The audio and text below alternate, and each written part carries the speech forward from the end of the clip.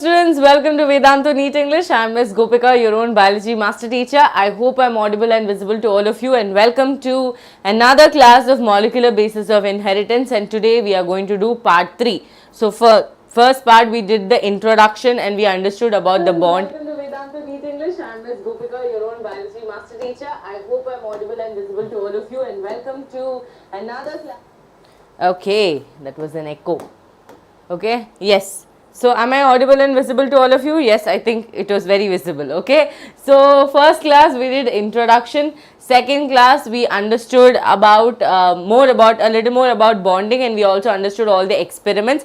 Today we will be starting with replication and transcription. Even though in the thumbnail you will be able to see transcription, translation, genetic code, I don't think we'll be able to complete everything. We might be able to do replication and transcription because I want to take this chapter very slow. I want even if it goes to 5-6 parts, I don't have a problem, because these are the topics that will build the foundation, because next class I will be doing one shot. So when I am doing one shot, I want all of you to have understood each concept individually really well. Okay. Hello, good morning, good morning. Quickly mark your attendance. Okay, smash the like button and also share this video with all your friends who are, you know, the dropper crowd, and those students who are going to watch it in replay also. Without fail, do let me know in the comments if you understood the chapter. Okay. Hi students. Hi. Good morning, good morning. Okay, chalo, let's start the class. So we have molecular basis of inheritance part 3. So last class students, I taught you how does our DNA do semi-conservative replication. I taught you conservative, and then I also showed you semi-conservative. So you have an idea about how these people are going to be different. Okay. Today you are going to understand more about DNA replication, like how do the strands get separated, how are we going to form the template strand, and upon that which are the enzymes who are going to help. So enzyme machinery you will study, and then you will go to transcription. Okay, I hope all of you are ready. Keep the energy high. This is one amazing chapter if you understand. So I don't want you to think that, oh my god, genetics is so difficult, genetics is so difficult. If you keep repeating that in your head, it is always going to be difficult. Okay, chalo, let's understand what is DNA replication. So DNA replication, we already understood that our DNA replicates in a semi-conservative manner, right?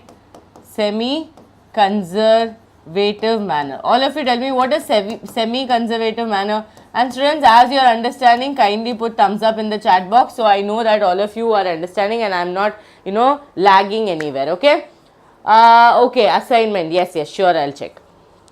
Okay, I did not get time to open Instagram, but definitely I'll check. Okay. So semi-conservative manner, we already understood that where we are going to have one parent strand, right? One parent strand is going to be there, and one newly formed strand is going to be there, which is going to be called the daughter strand, or we call the new strand, right? New strand.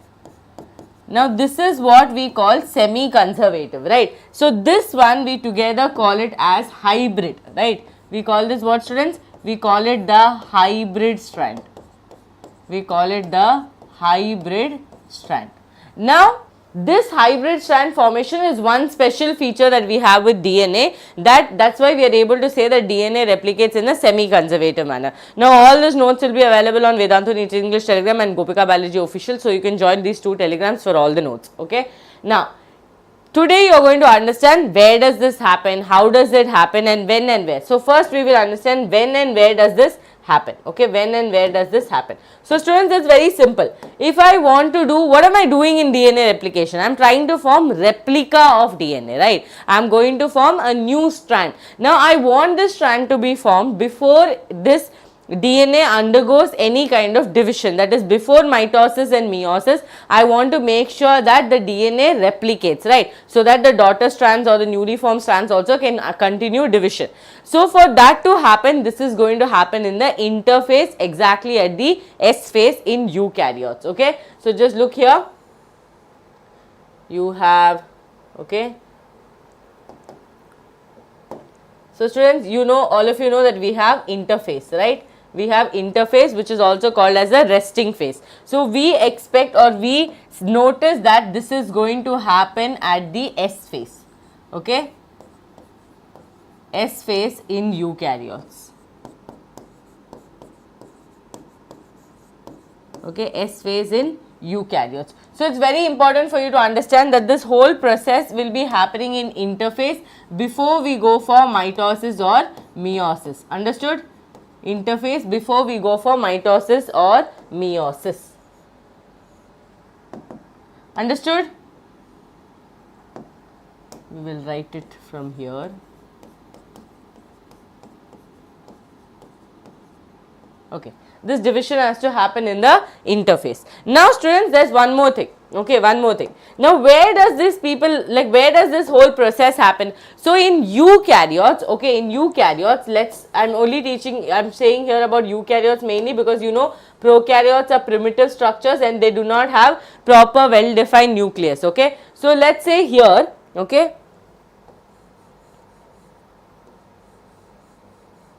okay, we have our DNA. Okay, where is it present? Inside the nucleus. So in eukaryotes, your DNA replication is going to happen where? It is going to happen in the nucleus. But let's say prokaryotes, they do not have well defined nucleus. So where is it going to happen? It will be happening in the cytoplasm. Okay, it is going to happen in the cytoplasm. Clear? One second students, I will just remove this, otherwise copy pasting will become a very big task. Okay, no reflection, right? Okay. So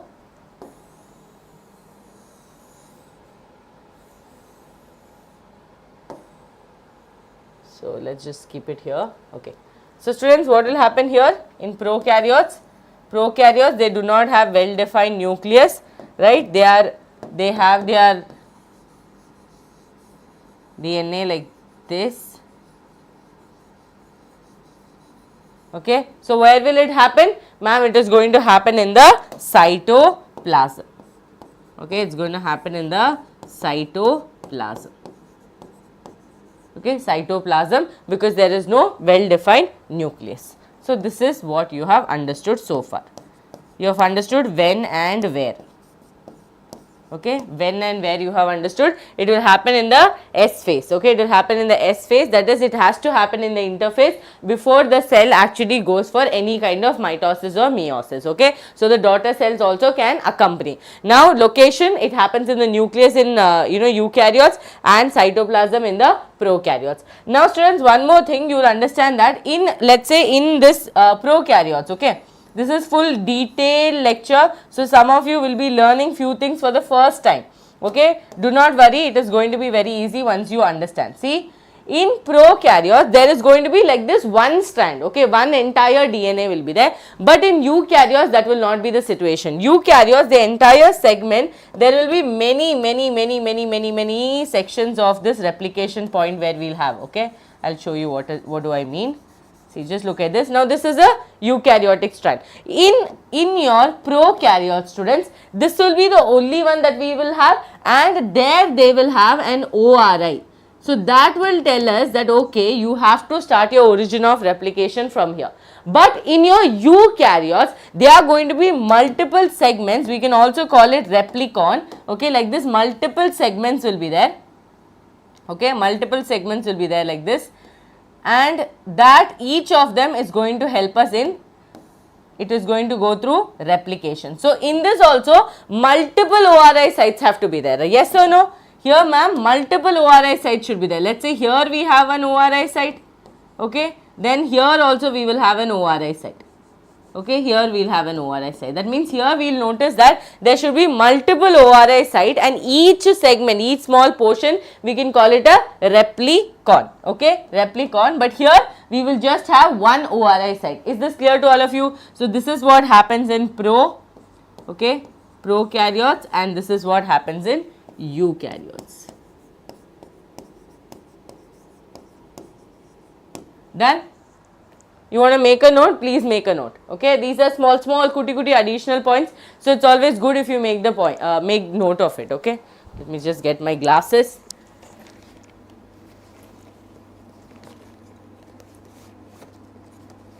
Oh, did I forget my glasses? No, I have.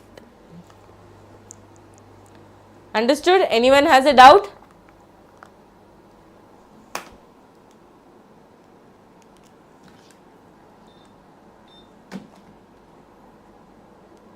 Okay, perfect.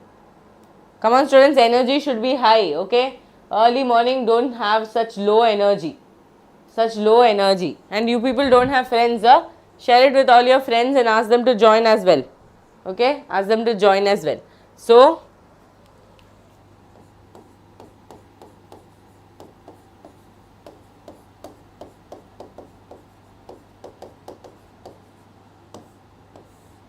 Okay.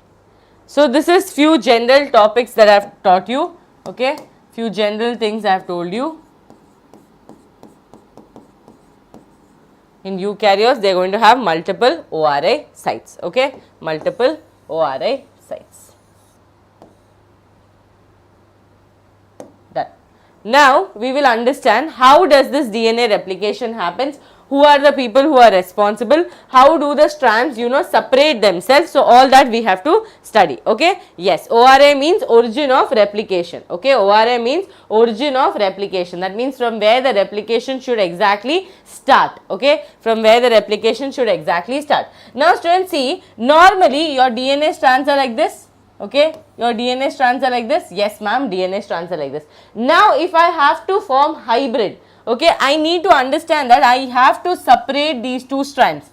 If I don't separate these strands, how are they going to form the daughter strands? Here they have to form the daughter strands, here they have to form the daughter strands. How is that possible? It is not possible, right? So, for that, I have to make sure that I need to separate these two strands.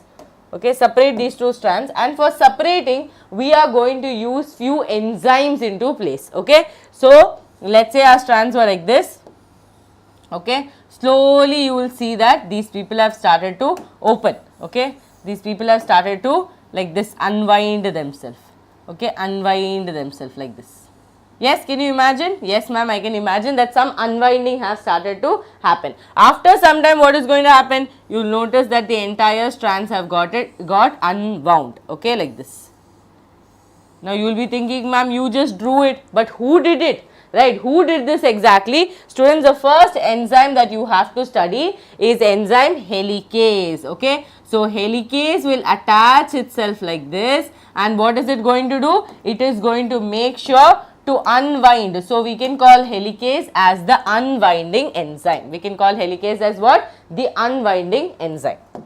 So, we go here and we understand helicase, okay, helicase, which is an unwinding enzyme. So, this fellow is going to make sure that he is going to open both the DNA strands. So, each of the DNA strands can form a template out of it, okay. So, unwinding has happened and we have got a structure something like this. So, from here we did this, from here we did this, but please do understand helicase will not unwind the entire 2.2 meter DNA, it is only going to do slowly because DNA has a habit. DNA has a habit, they have been together for a very long time. Now imagine two people have been together for a very long time. It is always possible that they come back together very fast. So DNA will do something called as, students, super coiling.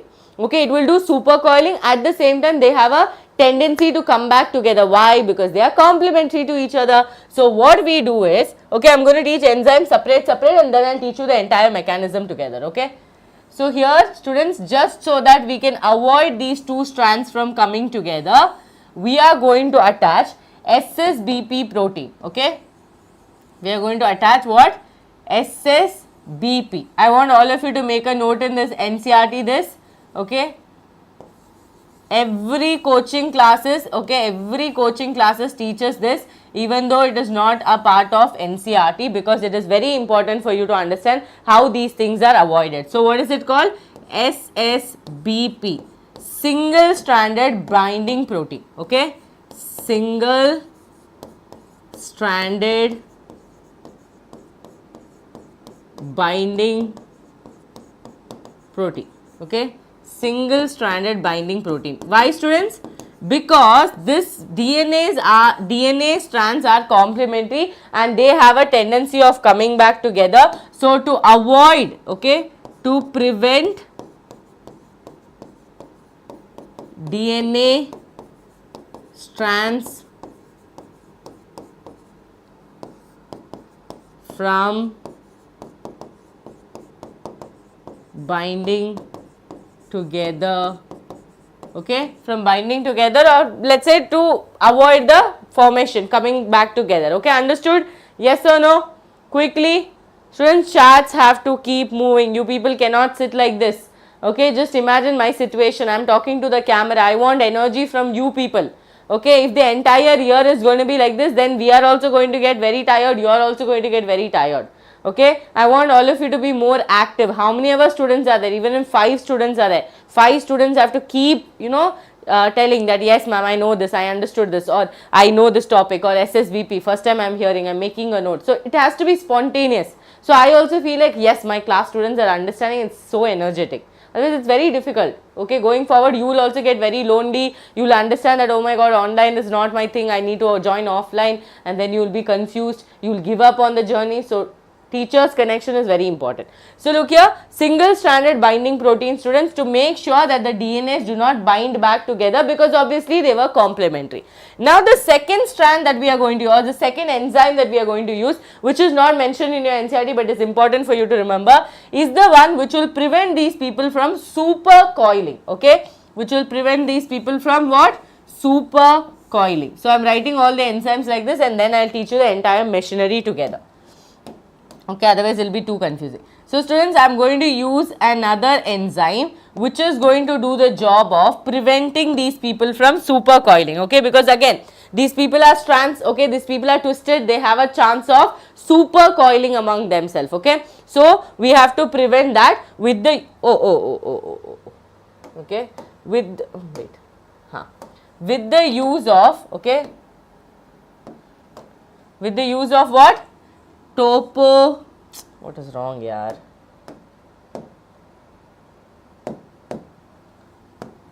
With the use of topoisomerase. With the use of topoisomerase. Okay. So topoisomerase will do what? It is going to prevent, okay, again, it is going to prevent supercoiling. It is going to prevent supercoiling. This much clear? Helicase is called the unwinding enzyme. Okay, it is going to do the job of unwinding. So it is called as unwinding enzyme. It will do the job of separating the two DNA strands. And students, if you notice, everywhere I have drawn one structure. What is the structure that I have drawn? I have drawn something like a Y.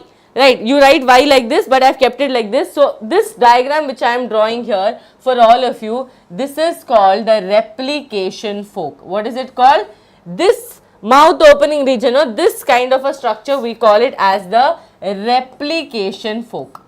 So when you are learning the machinery, you are going to basically study with the help of a replication fork. Clear? This mouth open structure that you are seeing is called the replication fork. So on the replication fork only we are working, and we are going to understand DNA replication. Right now I have taught you 3 enzymes, but none of these enzymes are the main hero. Main hero is yet to come. Okay, hero's entry will always be late, so you should also wait for the hero's entry. So helicase, unwinding enzyme. What is SSBP's job? Single stranded binding protein, to make sure that the both DNA strands do not come back to each other, because DNAs were complementary and they stayed together for a very long time, so they have a tendency of coming back. Then we have topoisomerase, which is going to prevent supercoiling from happening. And then we understood this Y-shaped structure is called the replication fork, and we will be doing the entire DNA replication on a replication fork. Done, done, done. Okay, now we are going to come into the actual, understanding of how the entire mechanism is going to happen, but few things I have to tell you in advance. So students, this DNA replication, you already understood that it is going to happen in the interface, it is going to happen in the nucleus, yes. Now there is some energy factors which are helpful for, doing this entire process. Now please give me your 5 minutes of attention. This is a little tricky, so I will try as much as possible to break it down and teach you. So the energy factor here, that means for energy I need someone, right? That is going to be my DNTP. What is it going to be? DNTPs. Now what is the full form of DNTPs? Deoxy, okay, deoxyribonucleoside triphosphate.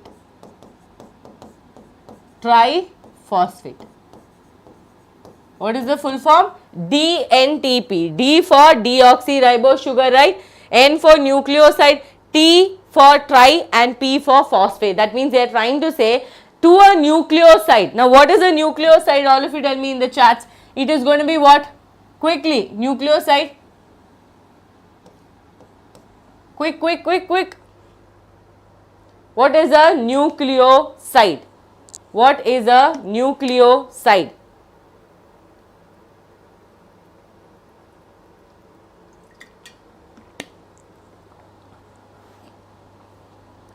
Okay, I think chats are a little slow. You people can answer. Okay, I'll be able to see.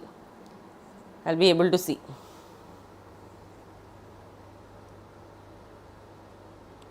What is a nucleoside? Whom are we pushing to the side?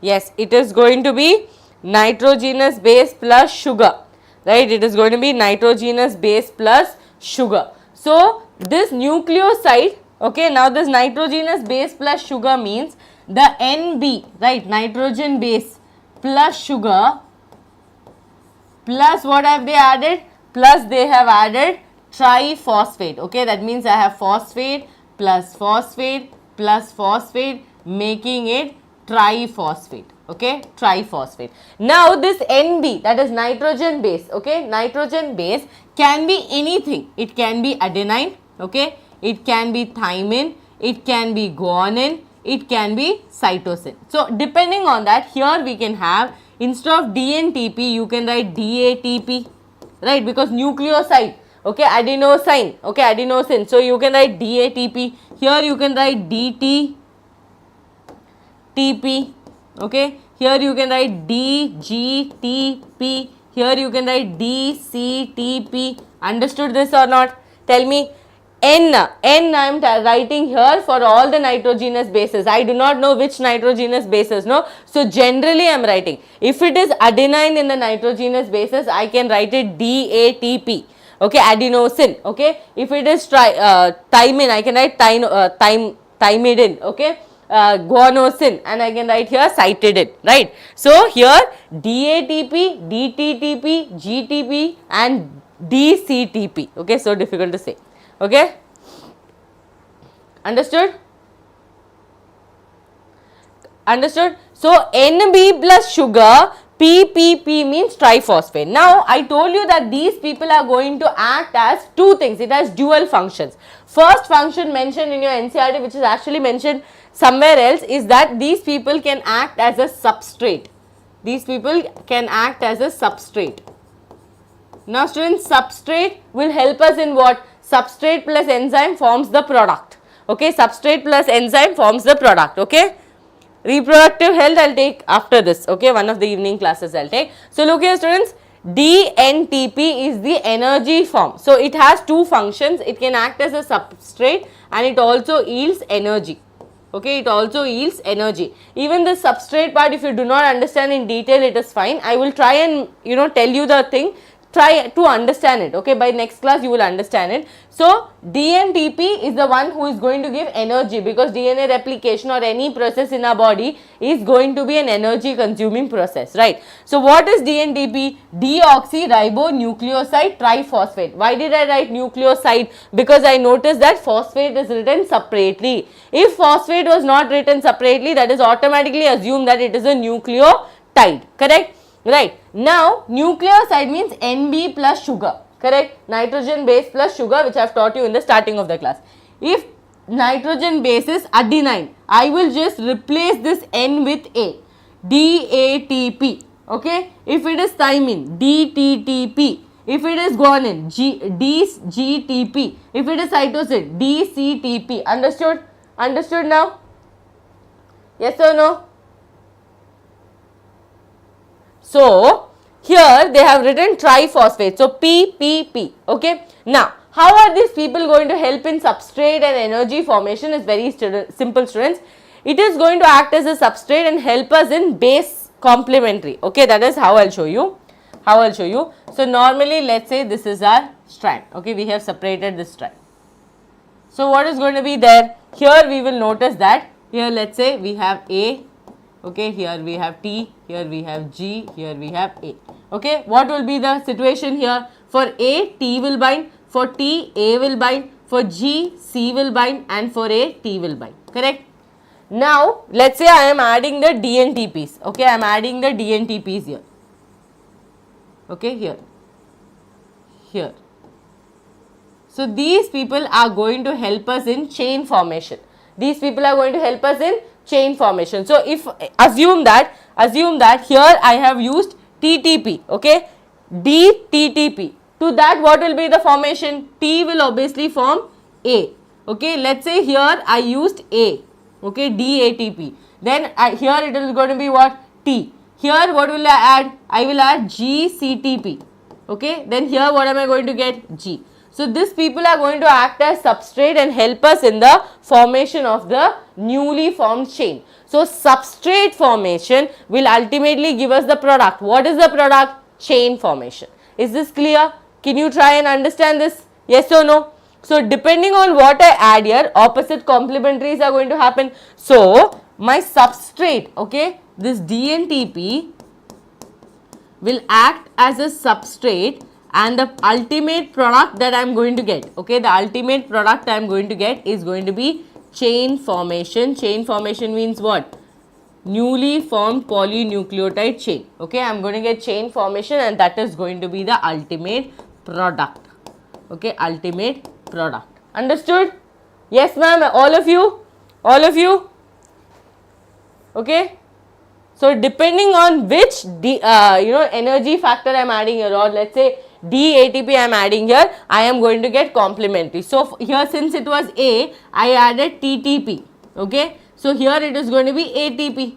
Understood? Thymine, adenine, same thing. Same base pairing is going to happen. So first job is completed. Now second job is what? Energy, to give energy for DNA replication. So how are they going to give energy? See students, the structure is very simple. You don't have to know the structure and all, okay. So here you see DNTP, right, triphosphate. So what is going to happen? Let's just separate it and write, okay, let's just separate it and write. So let's say D, okay, nitrogenous base plus sugar. So sugar is the deoxy. I'll just write it this way. I think this will be easier. Deoxyribose nucleoside. Triphosphate, right? So you write first P, second P, and third P. And how the energy yielding is going to happen, students? It is very simple.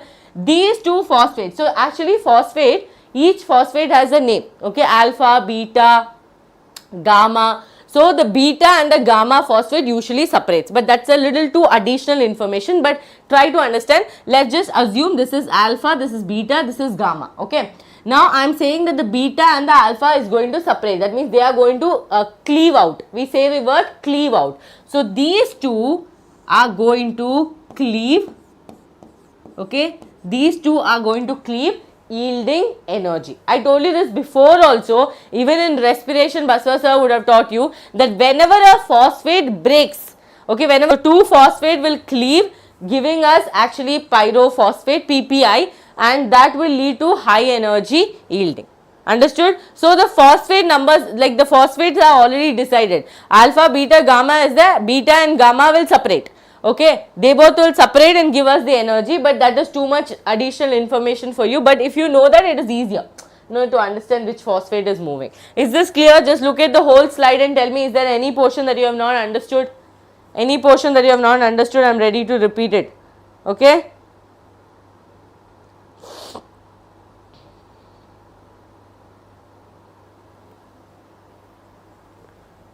Done? No doubts? Pakka?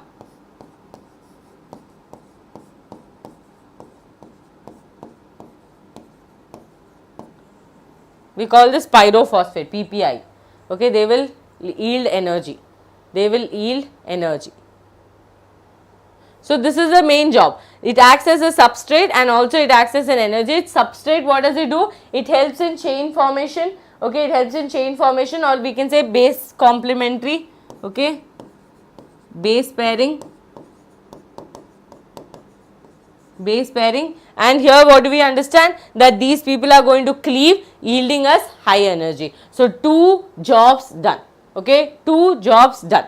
Now this is how the energy formation we are going to get. Now I have taught you more in detail, but this detail is needed for you to understand the flow. Okay, otherwise you will not understand. If I just say DNTP, you will be like, okay, DNTP is the energy, but it also has a substrate formation, and it is mentioned in one of the lines of NCERT, which I will show you.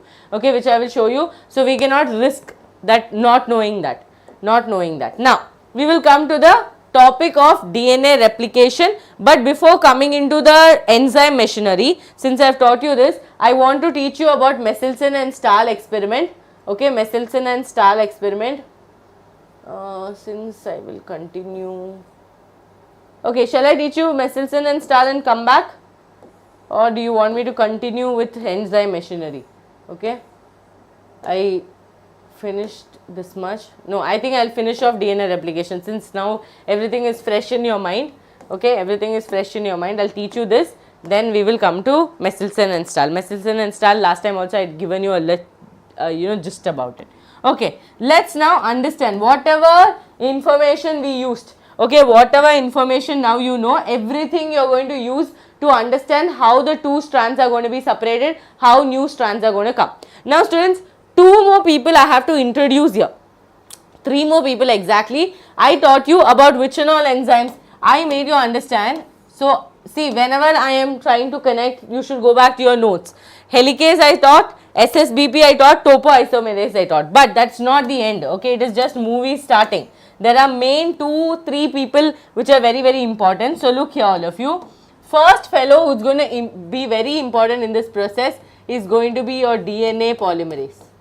Who is that going to be? DNA polymerase. He is going to be the builder. Okay, in simple words, I will call him what? Builder. So whenever I am saying builder, you should remember. Okay, he is going to be the builder. No lag, right?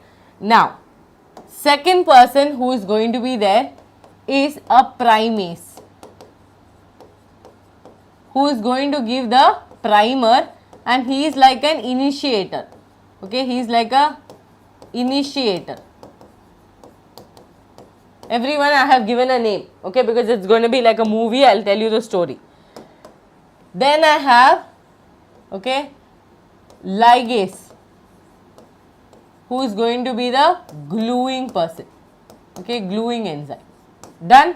This much is clear. So we have DNA primase, who is the builder. We have primase who is going to be, DNA polymerase, who is the builder. We have primase who will give us primer, who is the initiator, and we have DNA ligase, who is the gluing person. Now look, try and understand how the entire process is going to happen. This is how your replication fork is going to look like, right? Replication fork. I want all of you to draw with me. Okay, draw with me. This is very important. NCERT will not help you understand the process. Okay, NCERT will, like the diagram there will not help you understand. You need more than that. Okay, so just look here.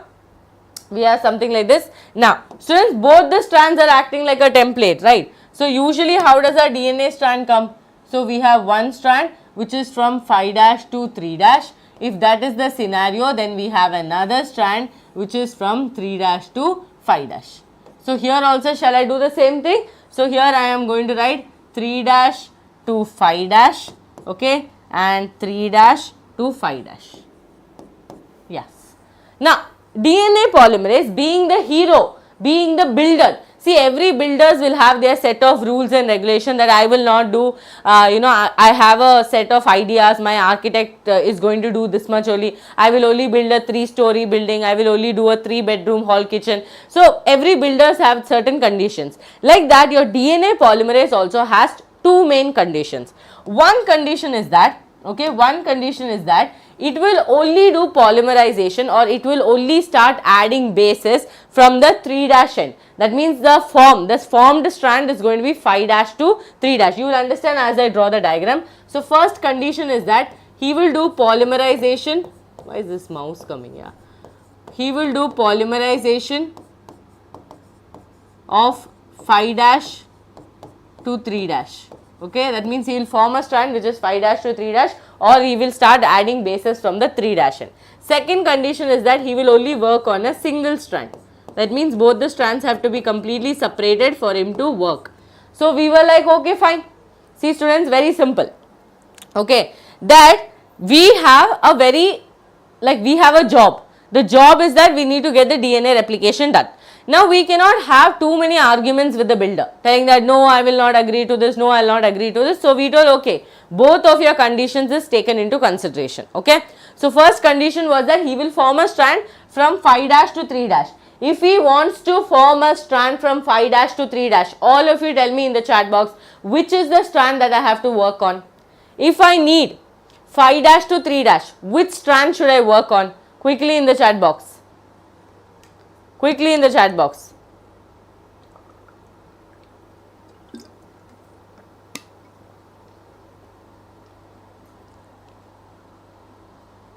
Come on. Faster.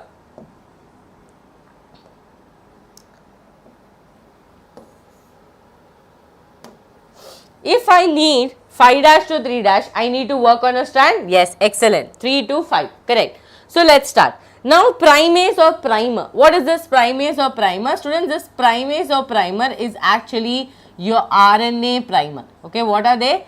RNA primer. Now you will ask me question, ma'am, why are you mixing RNA in DNA? Students, it's very simple. Primer's job is that this DNA polymerase, even though he has so much build that I will only do this, I will only do this, he does not know where to start the process. Okay, he does not know where to start the process. So primer will come there and he will tell that okay, you have to start the process here. But imagine I use a DNA primer. If I use a DNA primer, after some time when we, once the process is almost over, this DNA polymerase, without knowing, it will add this DNA primer also into the strand. So that will lead to what? Problems, right? That will lead to problems because we cannot have unnecessary attachments, right? We only need to have what is complementary on these two strands. If we add more nucleotides, if we delete more nucleotides, mutation is going to happen. So that is why we are using an RNA primer. Why? Because we can differentiate it and we can remove it after the purpose is over. Okay, we can remove it after the purpose is over. Now, what will ligase do? It will do the gluing. So, students, understand that there is going to be ORI site. Okay, there is going to be ORI site, that is origin of replication. Without ORI site, you cannot start replication at all. Okay, ORI site is there. Now, we will start the job. Okay, we will start the job. So, first I told you what? DNA polymerase does not know where to start. So, primase will be like, okay, don't worry, I will give you my DNA primers and you can start the process. Since he wants to work, he will only form 5 dash to 3 dash, I am going to start from here. Okay, I am going to start from here. That is, I am going to add the RNA primer here. Okay, I added my primer here. I added my primer to the 3 dash end, and what is DNA polymerase going to do? He is going to continue the formation. He is going to continue the formation of the new template. He will continue the formation of the new template. Understood? Yes or no? So, he started the work. Okay, he started the work and he continued the work also. Okay. So, this is our DNA polymerase. What did he do, students? He kept adding the templates. Okay, he kept adding the templates. Now, example I will show you here. Let's assume that we had here, okay, very small l, right? Let's assume we had here A. Okay, so here what did he add? He added T. Okay, let's assume here we had C. Here he added G. Can you see here? A, G, it's C, no? Then again, let's say he had here T. Okay, here he added A. Like this, he made the entire template. Okay, he made the entire template. Now, here we did not face any problems. Why? Because both the conditions of DNA polymerase was kind of understood. So, here let's say the newly formed strand is going to be from 5 dash to 3 dash. Okay. But students, after the process is over, we are going to remove the primer. After the process is over, we are going to remove the primer. Okay. So, we got this. Now, since this strand is continuous without any problem, I was like, okay, let's do one thing. Let's call this strand as the leading strand. Okay. Leading strand or continuous strand. What is it? You call it the leading strand or the continuous strand. Understood? Because no problem. Do you see any problem here? No, ma'am, I do not see any problem. Everything is perfect. 5 dash to 3 dash, I got a strand. Okay, no problems here. Problem starts where? You only tell me. Where does the problem starts? Ma'am, problem will start here. Why? Because this strand is not 5-2, it is from 5- to 3-. So here the problem is technically going to start. Now primer will be like, okay, all of you relax, don't worry, I have a solution. I will do one thing. Anyway, DNA polymerase is this blind fellow who does not know where to initiate. So I will make sure that I will start adding the primer in the reverse pattern. That is, he will start adding primer from here. He will add the primer here. So here we have the reverse primer. Okay, primer will start adding from here, and students, as the primer adds, DNA polymerase will start working. Okay, without knowing, DNA polymerase does not know that he is working on reverse pattern. Okay, so he will start working. He will start working. After some time, since this is reverse, more energy consumption, more work.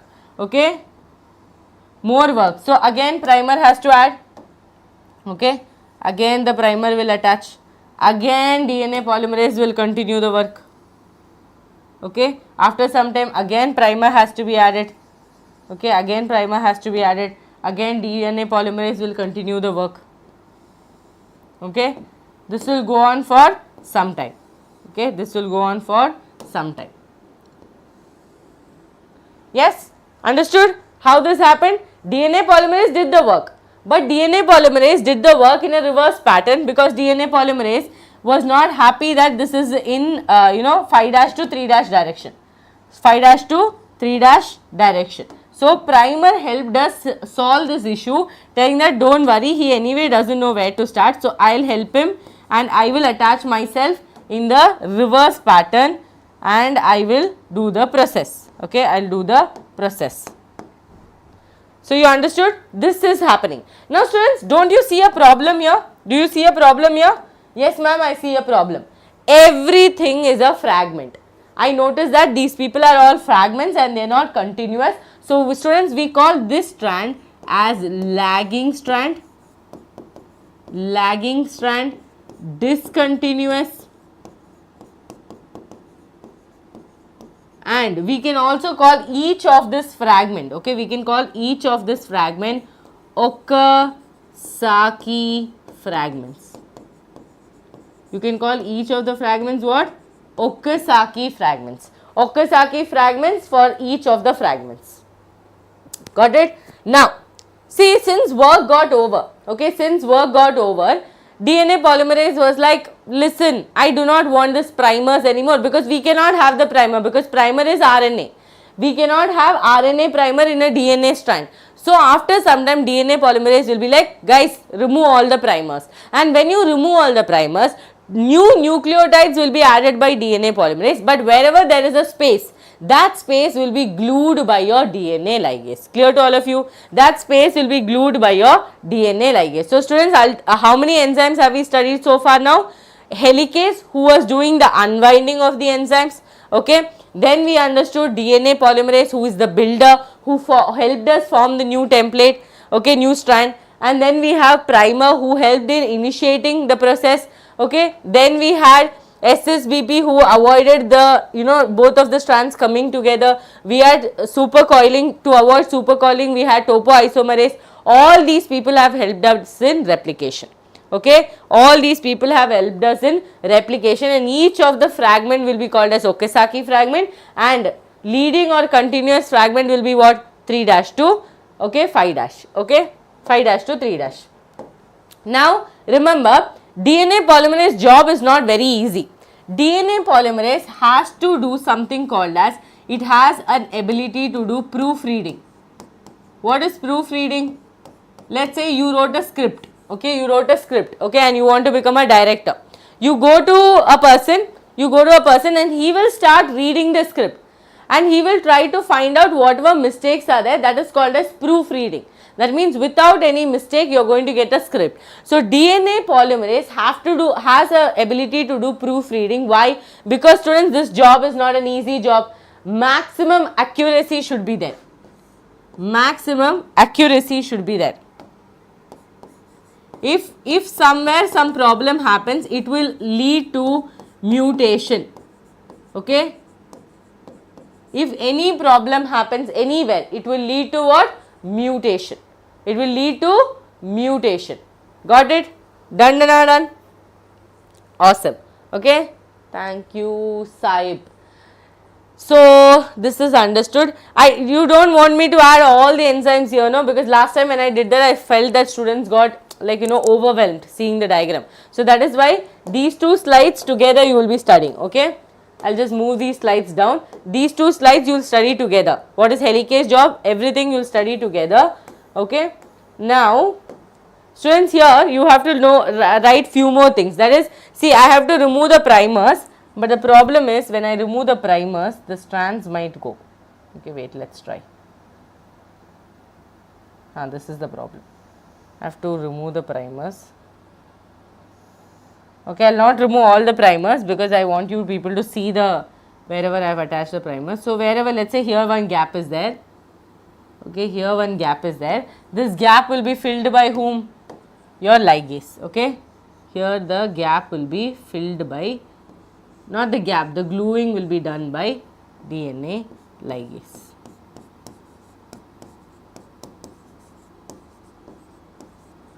Done? DNA ligase will do the gluing. Okay, here also same thing, gluing will be done. Here also same thing, gluing will be done. Okay, gluing will be done. Color difference you can identify, right? Well understood. Okay, awesome. Now here one more thing, sorry. Here one more thing that you have to remember, students. You have to remember in a box, please make a note and keep. Okay, this box is very important. Which are your continuous strands, which are your discontinuous strands. Okay, so your, see, polymerization happened from 5' to 3'. So your continuous strand, okay, continuous strand is going to be 5' to 3' direction. Okay, continuous strands. Your discontinuous strand, you also call it lagging and leading strand. Okay, discontinuous strand is going to be in what direction? It is going to be 3' to 5' direction. Okay, did I write it here? No, I did not write it here. So this will be 3', this will be 5'.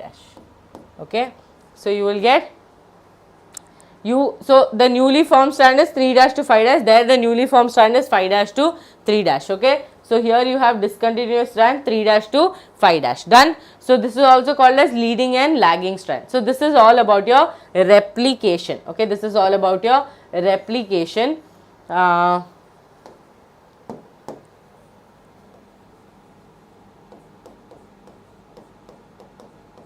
This notes will be available, but still it's always better you write your own short notes.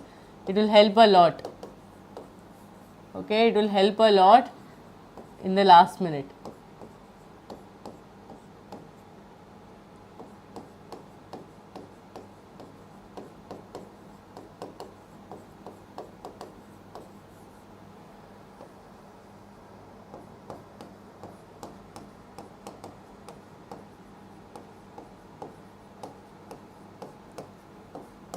Prevent supercoil.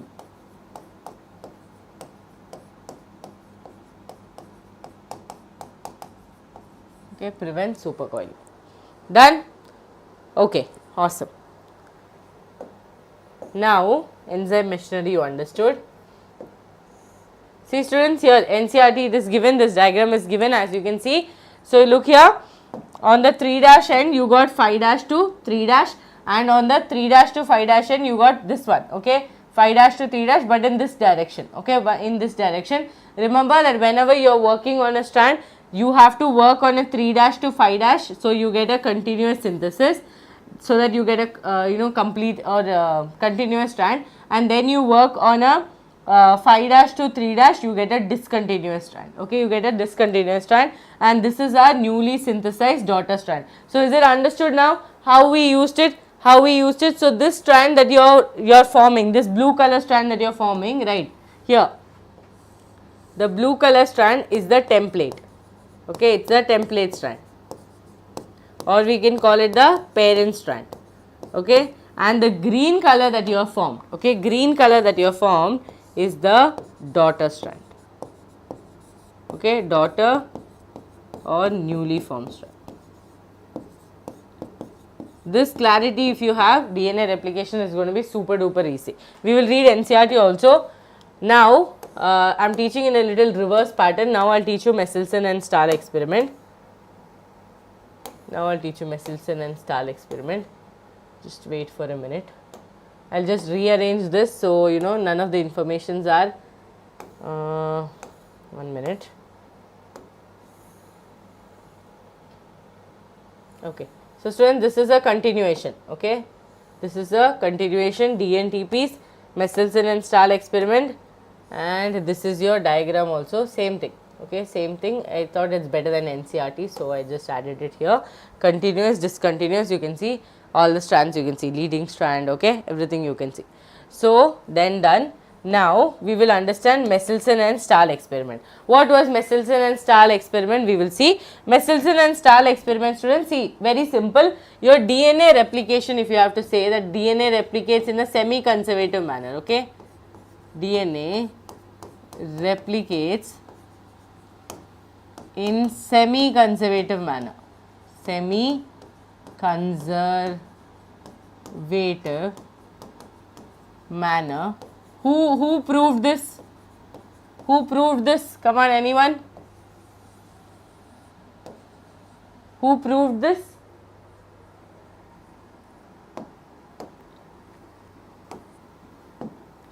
The person who proved, okay, was Watson and Crick.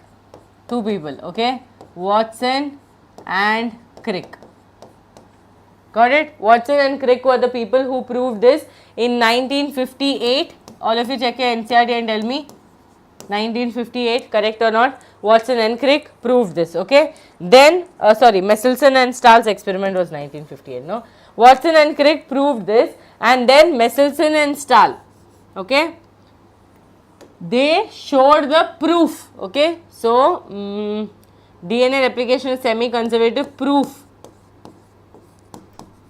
was given. Students, proving is different, proof is different, okay. You proved it and then someone is giving the proof of it, that is a different story. That is given by Michelson and Stahl. Michelson and Stahl. Understood? Michelson and Stahl is the one who proved it, okay. Yes, 1958 is this one, no, Michelson and Stahl experiment. Now, other than that, we also have Taylor et colleagues or Taylor and his colleagues who used radioactive thymidine and worked on Fabry beans to also show that DNA replicates in a semi-conservative manner. Got it? So, that also we will write it here. Taylor et al. Et al. Is actually a thing that we use when we are publishing papers. Okay, et al. Means other people along with him. Taylor et al. He is the first author, okay, Taylor et al. Or you can write Taylor and his colleagues. They worked on, very important question, it has been asked multiple times, okay, worked on he worked on faba beans, okay, faba beans, okay, with radioactive thymidine. With what? Radioactive, this thymidine question only will keep coming, okay. Radioactive thymidine. Done? Radioactive thymidine. So, this is important. Yes, faba beans. Very good. Now, this much is understood, no? Who, is in semi-conservative manner, who proved? Okay. Who gave the proof for that? Okay. Who found it out? Who gave the proof?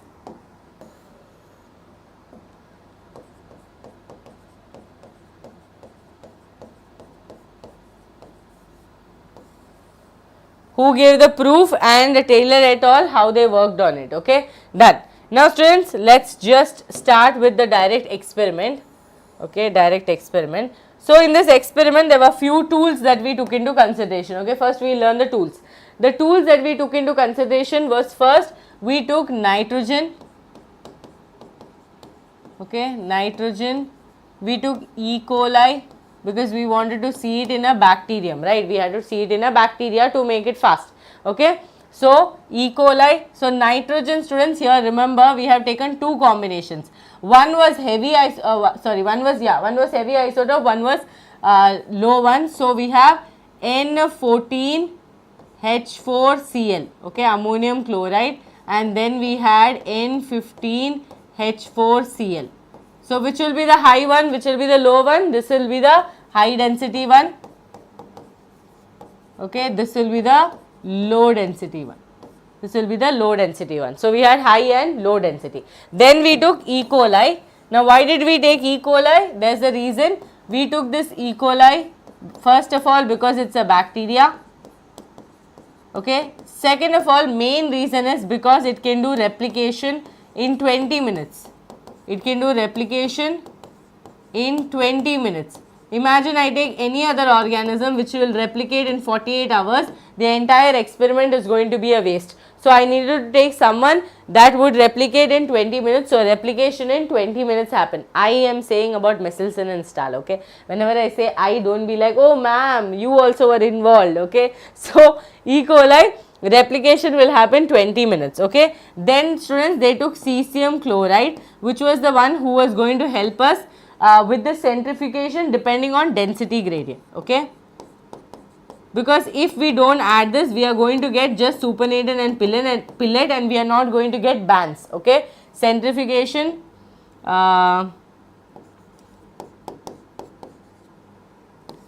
density gradient.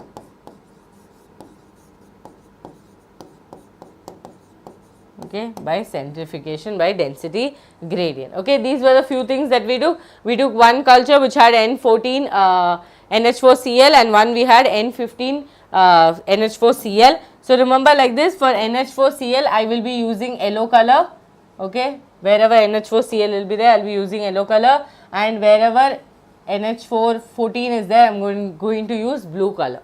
So the colors you should understand. Yes, heavy isotope and low isotope. So it was totally based on density. Please remember this in points, okay, very important. It was not radioactivity, okay, I'll write it here only. It was these people, no, nitrogen which we took, they were not radioactive.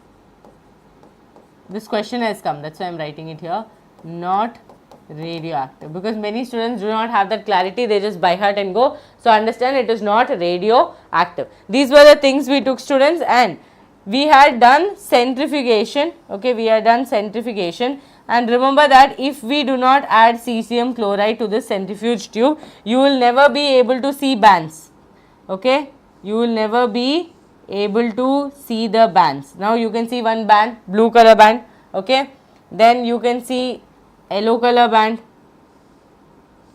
okay, heavy isotope, we can see yellow color band, and in between we will have one band which is going to be the hybrid band, okay, we are going to get a hybrid band. Done? Understood? So these are the things that we took into place. Now we will learn the experiment, okay, I have put the NCERT snip, but before that let us learn the experiment. Okay, now what does the experiment talks about, what is happening? See, experiment is very simple, okay. First we take E. coli, okay, first we take E. coli and we keep it in N15 medium, okay, N15 medium.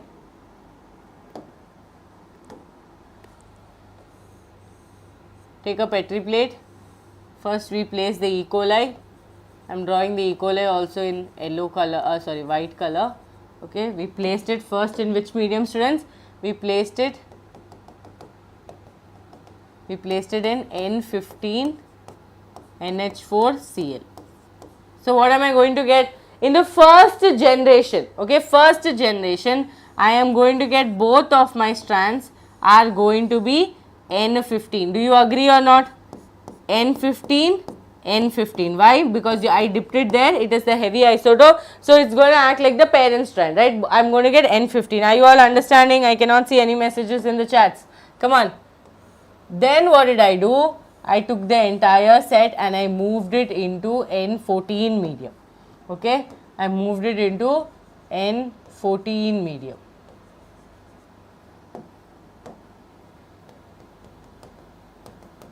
Okay, this is going to be N14H4Cl, okay, N14H4Cl.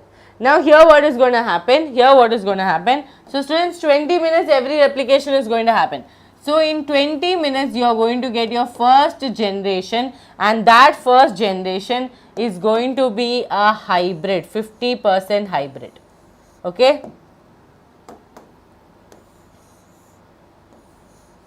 What am I going to get? 50% hybrid. 50% hybrid, 50%. So here, 100% hybrid I am going to get. So this is my first generation where I got 100% hybrid. How I got 100% hybrid? Very simple. From N15 I kept it on N14. So obviously they are going to do hybrid because our DNA replicates in a semi-conservative manner. So here we got hybrids. Okay. One was going to be N15, one was N14. Okay, N14. Same thing here, N15, N14. Done. Okay, now let's see what is going to happen after 40 minutes. Okay, after 40 minutes,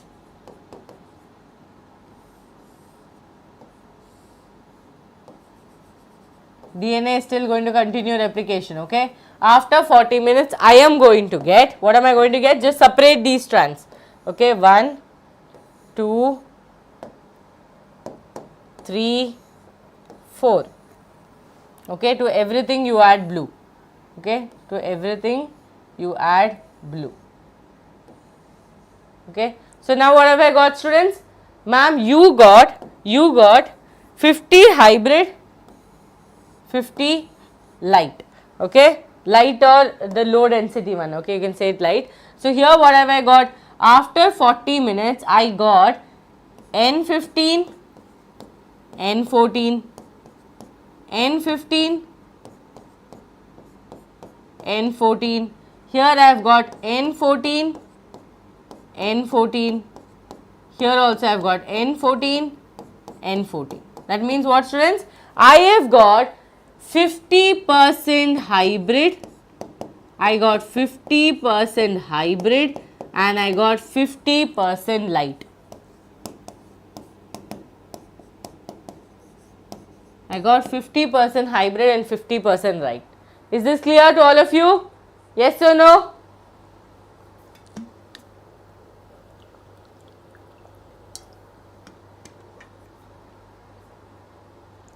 Come on. Now, what is going to happen after this? Okay, after this what is going to happen? See, students, now we have done 40 minutes, right? So then we can do 80 minutes. Directly we will do 80 minutes and see what is going to be the situation. So if you want to do 80 minutes or if you want to solve any questions based on this, okay, based on this Besselson style, it is very simple. You separate the strands. Okay, you separate the strands. Let's say, see, students, I am going to separate the strands. We have 2 yellow. So 2 yellows I have drawn. Okay, 2 yellows I have drawn. How many blue do I have? So let's say 1, 2. Okay, 2 I have drawn.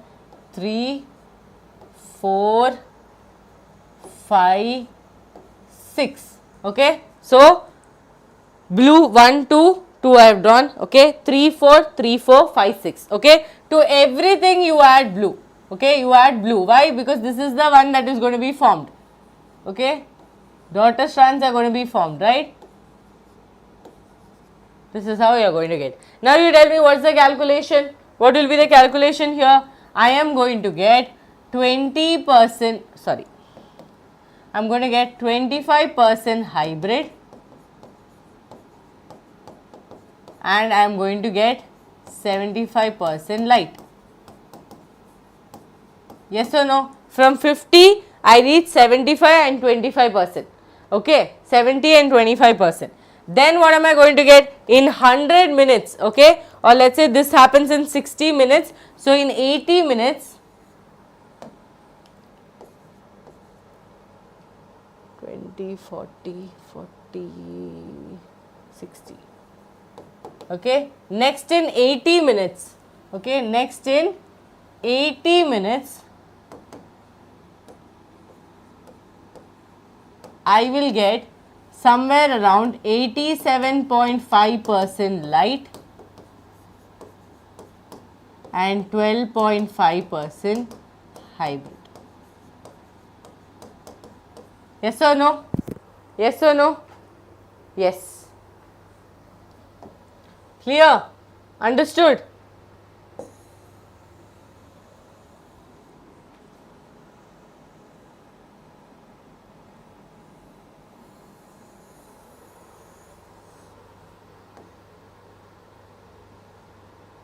Understood, students?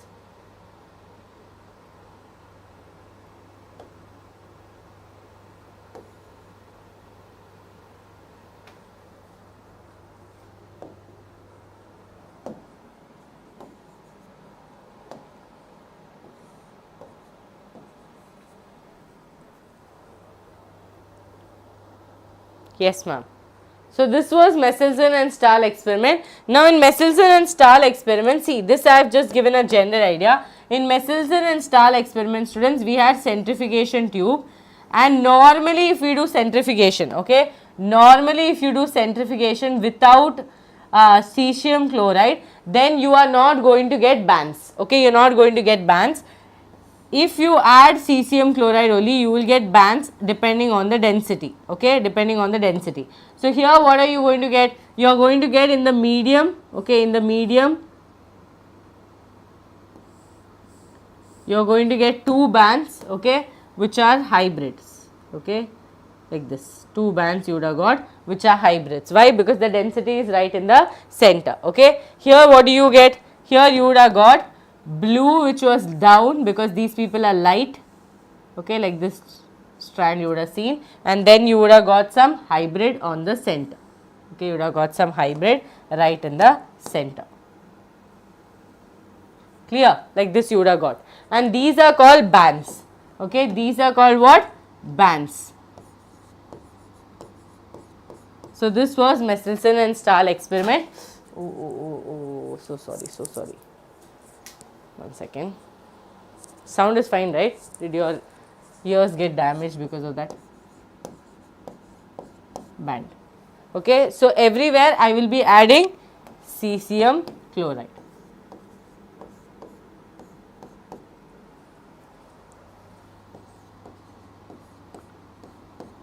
Done? So I will get the density. Awesome. So let's right now understand NCERT. Okay. So here students, Watson and Crick 1953.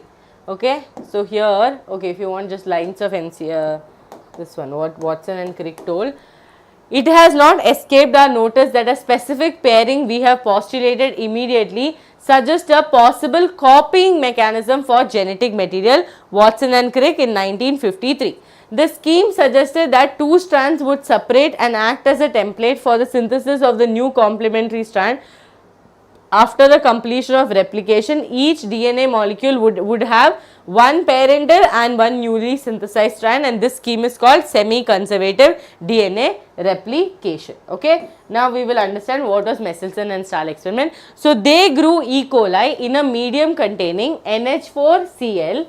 Okay. N15 is a heavy isotope of nitrogen. They are not radioactive, please remember that, as the only nitrogen source for many generation. The result was that N15, so N15 was for many generation, okay. N15 was incorporated, okay, incorporated into the N14 only based on densities, okay. One is high, one is low. Now, then they transferred the cells into a medium with normal N14Cl and took samples at various definite intervals. As the cell multiplied, extracted the DNA that remained in the double stranded helix.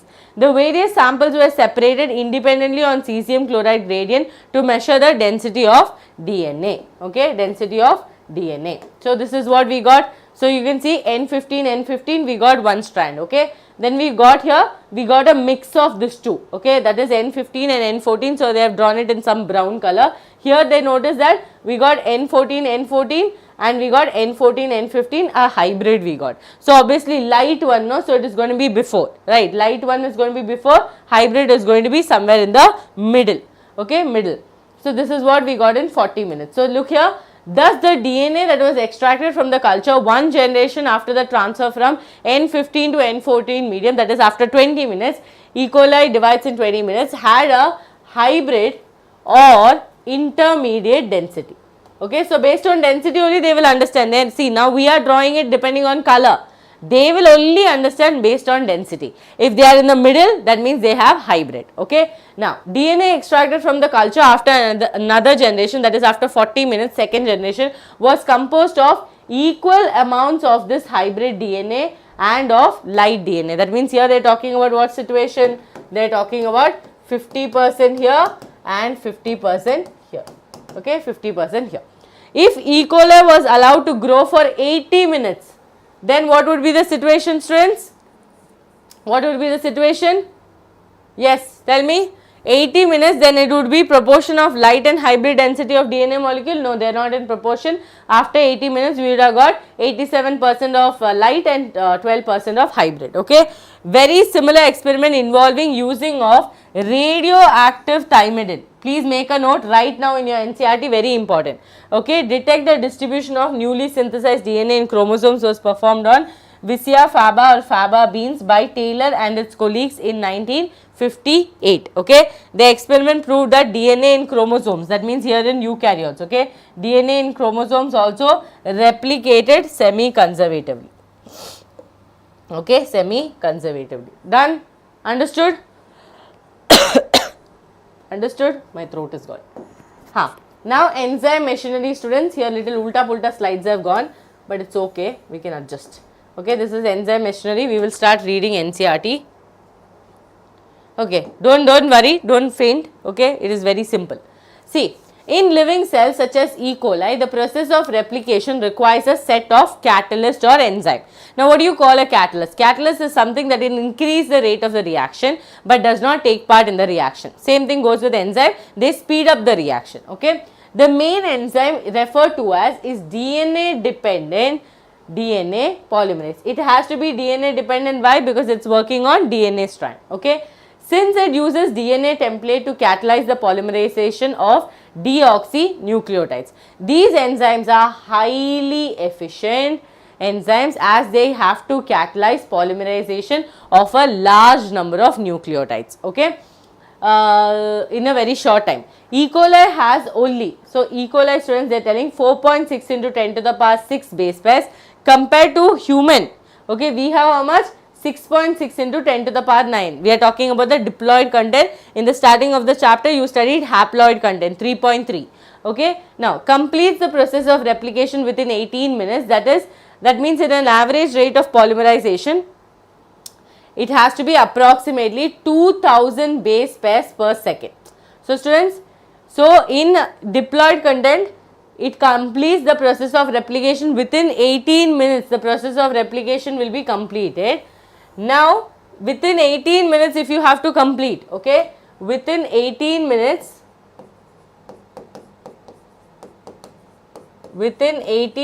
if we have to complete DNA replication, that means we have to take 2000 base pairs per second. You have to do 2000 base pairs per second. Not only do these polymerases have to be fast, see, important, okay, not only that these people have to be fast, but they have to catalyze the reaction with high degree of accuracy. So, these are the two most important things. They have to be fast, but at the same time they should have high accuracy rate so that they do not do any mistake that will lead to mutation. Any mistake during replication would result into mutation. Furthermore, energetically replication is a very expensive process. Yes or no? We are using DNTPs. We are not even using just one small molecule. We are using DNTPs, and here I saw your old video of biotechnology and I attempted the test in my college out of 180 questions. Oh, awesome. Very good job. Okay.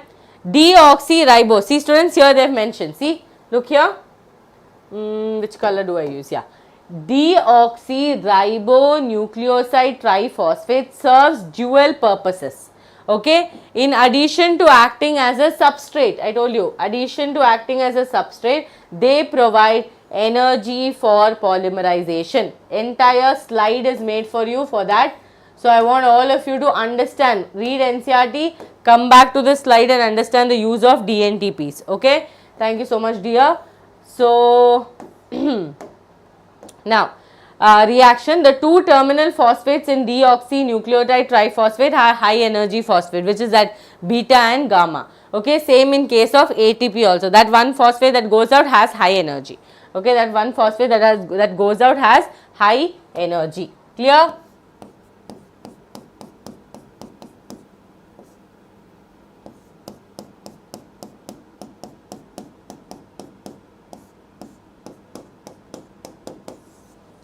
High energy. Done? Awesome. Now here, in addition to DNA dependent DNA polymerase, many additional enzymes are required to complete the process of replication with high degree of accuracy. For long DNA molecules, since the two strands of DNA cannot be separated in its entire length due to high energy requirement, the replication occurs in a small opening of the DNA, which is referred to as the replication fork, okay, the mouth opening structure.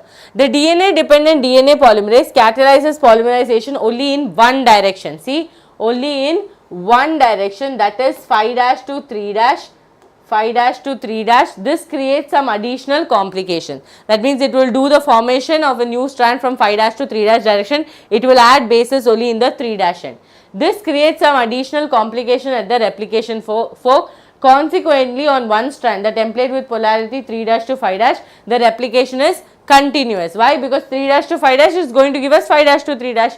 So, it is going to be continuous, while on the other strand where the template with polarity 5' to 3', it is going to be discontinuous. The discontinuous synthesized fragments are later joined by an enzyme called DNA ligase. Students, please understand, DNA ligase cannot add new nucleotides and attach. It is just going to glue. Rest of the thing will be done by DNA polymerase. Okay. Very important paragraph. Very important paragraph. Because of the requirement of the origin of replication, that is a piece of DNA is needed to be propagated during recombinant DNA procedures, requires a vector. This is all biotechnology, I will teach you. Further, not every detail of replication is understood well. In eukaryotes, okay, in eukaryotes, the replication of DNA takes place at what? S phase of the cell cycle. That means we are focusing on the interphase before the actual mitosis and meiosis, before the division, we need to complete it. The replication of DNA and cell division cycle should be highly coordinated.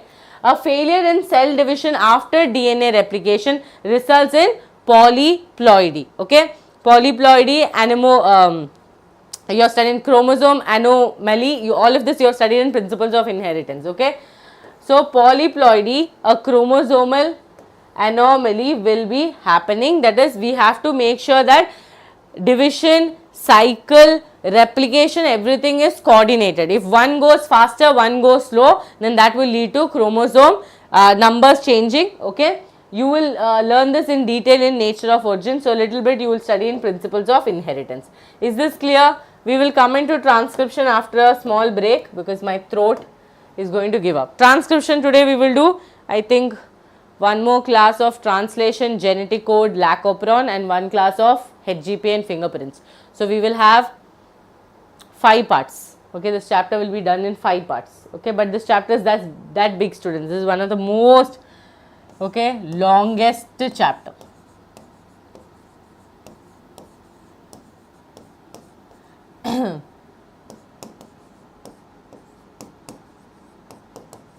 Okay, come back by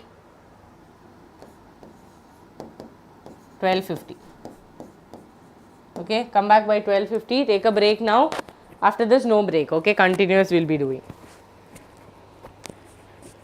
Quickly smash the like button also, and someone put the target. I have not seen the likes. I have not seen the target. I am assuming you people are doing the job. Okay. Okay, I'll see you.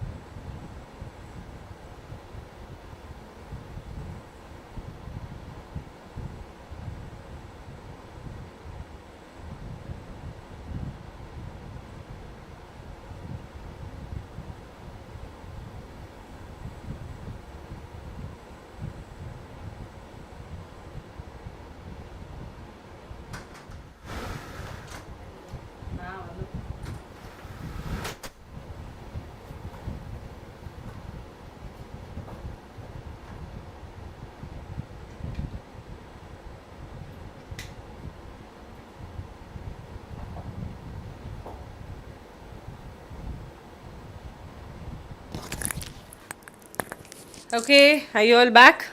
Let's start.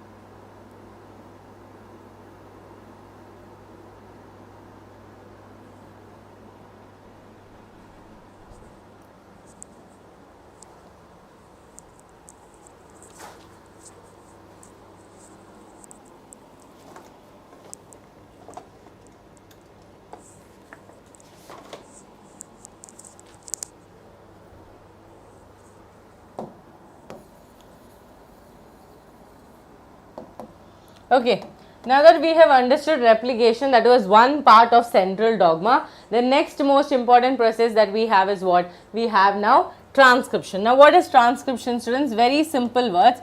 We know that when we have to change from DNA, we form RNA, okay? We form RNA, we call it transcription, right?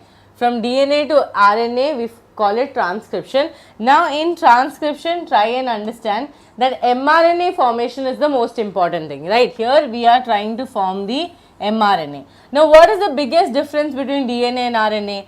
DNA, we know that they are more stable and all of that, but here the major difference is that here we have thymine, okay, and here you will have uracil. Now you will be like, ma'am, such a small difference, why are you telling?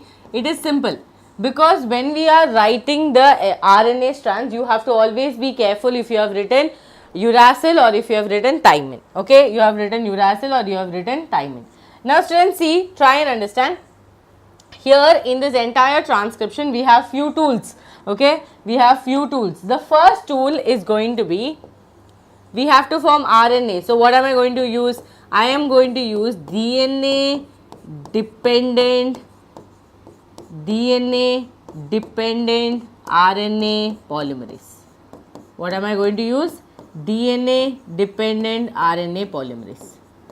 Very, very important. RNA polymerase is going to be what? It is a builder again here also. Polymerase means they are builders. So here RNA polymerase is going to build us the new RNA and give. But it has to be DNA dependent. Why? Because it is working on a DNA. Right? From DNA we are forming RNA. So we are working on the DNA. So it has to be DNA dependent RNA polymerase. Right? Now students, other than that, what do you have? We have few regions, okay? We have promoter, structural gene, all those regions, but most importantly, I need a template strand. I need what? A template strand. Now, coming to this, a very, very important concept. The question will be asked in such a way. Why you are not using both the DNA strands for forming RNA? Now I am asking Adina, I am asking Kirti, I am asking Guru that why I cannot use both the strands of the DNA. Then you will be like, ma'am, I don't find a problem. But there is a problem with that. What is the biggest problem with that? See, let's first draw strands, okay? Let's draw, this is one DNA strand, okay? We don't know which is template, we don't know anything. This is one DNA strand. This is one DNA strand, okay? We are going to use both as a template, okay? We are going to use both as a template. So, let's say here, we have A, T, G, A, T, T, C, A, G, T. Okay, this is the strand that we have. Now, I am going to form my mRNA. Okay, I am going to form my mRNA, and let's say that is going to be in green color. Okay, let's say I formed my mRNA. Now, what am I going to get here, students? In my mRNA, A is going to code with U, T is going to code with A, G is going to code with C, A, U, T, A, C, G, U, no, A will code, yeah, G and A, okay, C, A. This is what I got, right? This is my mRNA, all of you are going to remember. This is my strand 1, okay, DNA strand. Okay, let's say it's from 5' to 3'. Okay, randomly I am writing, I am not going to go into the transcription. Okay, DNA strand I got. This mic, students, this mic is going everywhere. I am getting stuck everywhere. Okay, wait. Is the mic disturbing by any chance? No, right? Okay, quickly smash the like button. Yeah, I am very disappointed with the number of likes. Okay, so much in detail I have taught for all of you. Okay, and I have sat, read multiple books. Okay, watched animated videos to make it as easy as possible for you. So I want all of you to appreciate that hard work. So this is my mRNA. Okay, let's say this is my mRNA 1. Okay, because students, labeling is not there, so I am going to put DNA strand 1 and mRNA strand 1. Now let's say this is our second strand. Okay, this is our complementary strand to the first strand. So complementary means I am just going to write whatever I have got there. So here I am going to be A will bind with T, T will bind with A, G will bind with C, T, A,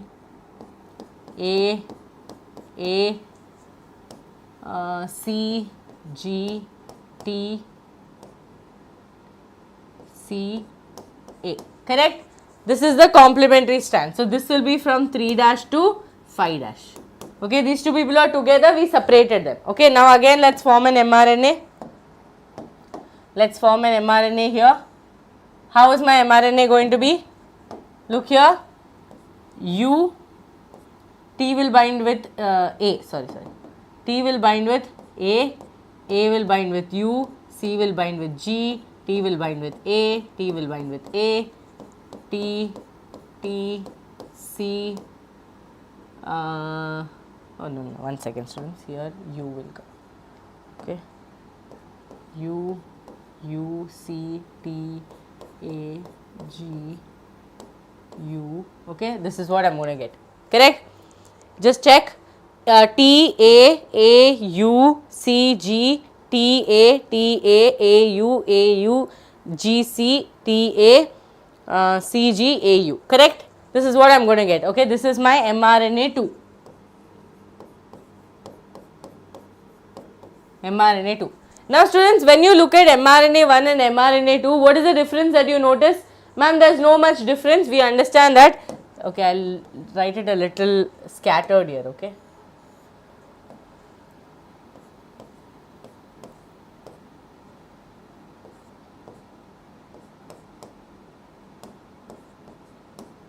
Okay, if you look at these two strands, don't you think they are ready to form the bond?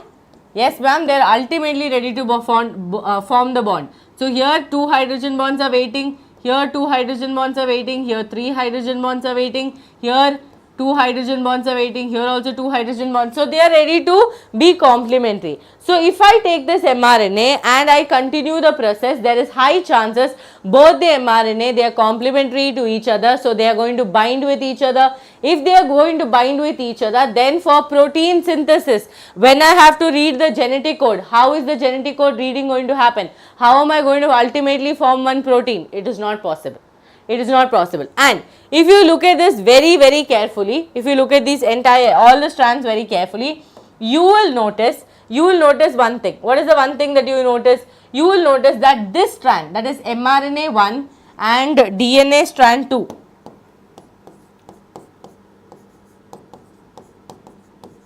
okay, mRNA 1 and DNA strand 2 are the same thing. Yes or no? U is replaced with T. Other than that, look at A, C, U, A, G, U, C, A. T, C, T, A, G, T, C, A. Correct? Wherever thymine is there, okay, wherever thymine is there, it has been replaced by uracil. Other than that, do you see any difference? Do you see any difference here? It is the same, right? It is the same. Just that thymine is replaced with uracil. So that means what, students? This DNA strand 2 is going to be the coding strand. DNA strand 2 is going to be the coding strand. It is not going to code for anything and it is not going to act as a template. But this strand is going to act as a template in helping me form the new mRNA. Is this clear to all of you? Why we are not using two mRNAs? Why we are not using both the strands of DNA? Because if I end up using both the strands of DNA, there is a high chance that both my mRNA are going to be complementary to each other and they are going to give me a double-stranded mRNA.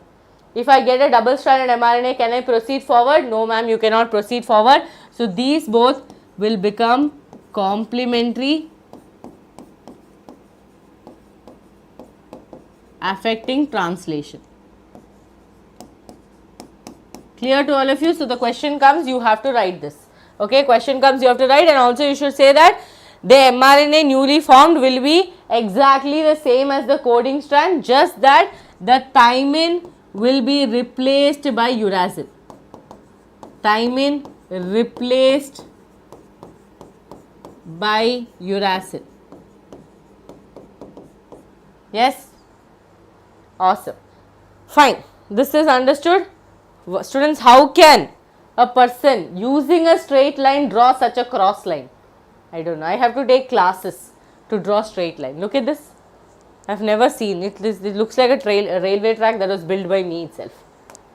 Why can't it be straight is my question. Oh, no. Done. So, this is template strand. So, you understood template strand? Yes ma'am, template strand I understood.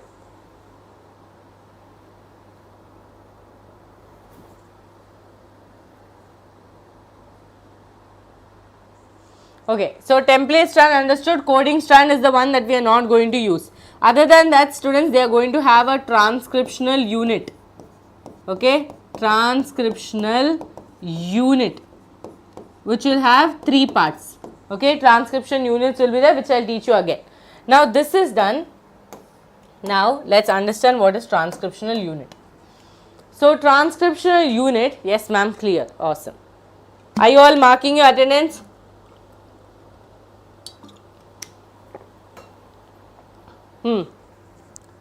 Transcriptional unit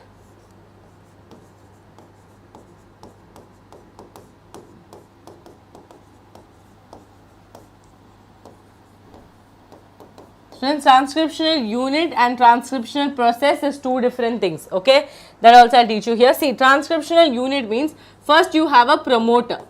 What you have? First you have a promoter region. Promoter means what? That means the person who is going to start, okay, help us in starting the process. So, in the promoter region, the process that is going to happen is called as initiation. Initiation means the beginning, right? Initiation means the beginning, okay. Then, second thing that is going to happen is a structural gene region. Structural gene region. Now, one thing I want to tell you all, 2.2 meter long DNA. Do you want the entire DNA portion to be the mRNA? Not exactly. You just need one region that can form the mRNA, and that region is going to be your structural gene region, because gene means what? A small segment, right? So, structural gene, and in the structural gene there is going to be the process of elongation. Elongation. Done? Done. Now, last region, structural gene region is there. Last region is a terminator region. Terminator region. Obviously, ma'am, in terminator, what will be there? In terminator, though, initiation won't happen. So, here it is going to be termination. Understood? Termination. Now, other than this, we have few more people who are coming to help us during this process. So, let us say, students, this is the promoter region, this is the structural gene region, and this is the terminator region. Same thing goes here, okay, like this, okay. So, this region where you are seeing, no, that is going to be your structural gene region. So, here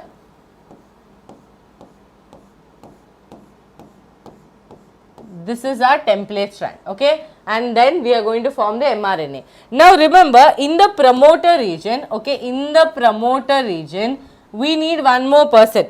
So, we are like, okay, promoter is there, but it's not enough. We need one more person who is going to help our RNA polymerase to continue the initiation, and that is going to be called your sigma factor. So what is this combination going to be called? Sigma factor plus RNA polymerase. So remember, RNA polymerase only knows to do elongation. That means it has come for one job. Now you are a student, you have only one job to learn or to study. Your tension is not how your parents are making the money or how much I have to pay for the online or offline. That is not your tension. Your tension is only wherever my parents are making me join, I have to study. Same way, RNA polymerase is like, I have come here for one thing. I have come here to do transcription. I will form the mRNA and I will go. I do not care how do I initiate, how do I terminate. So obviously we need to help. So RNA polymerase will combine with the sigma factor, okay, sigma factor, and that is how your initiation is going to happen. Okay, initiation is going to happen. Clear? Now, obviously it does not know initiation means it does not know termination also. Okay, so to fix termination as well, we wanted something, that is, students, here to terminate the process we will combine RNA polymerase. Okay, we will combine RNA polymerase with rho factor. Okay, with rho factor. So this will help us in termination. So this is the whole process. Structural gene region is going to form us the newly formed mRNA. Okay, it is going to help us form the mRNA. Done. So this is the transcription in simple words. Okay, without any complication, one simple words, this is what is happening. Initiation will happen where RNA polymerase combine with sigma factor and start the process. Then we have structural gene region, which is going to be the region, the segment which helps us form the RNA, and after that we have RNA polymerase combined with rho factor to do termination. Okay, so this combination is going to help us with initiation. This combination is going to help us with termination.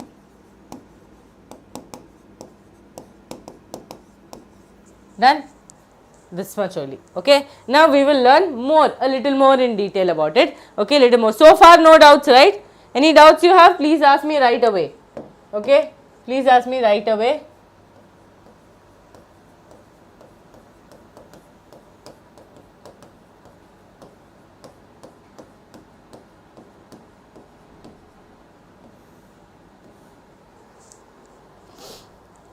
No doubts? No doubts? Can I see some fire emojis in the chats if there is no doubts? Quickly. Fire emojis in the chats if there is no doubts. So far everything is clear?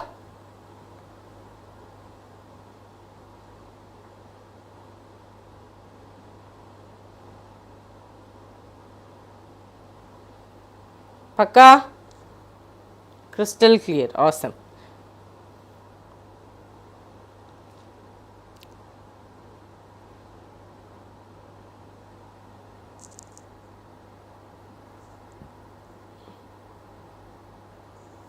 Okay, come on.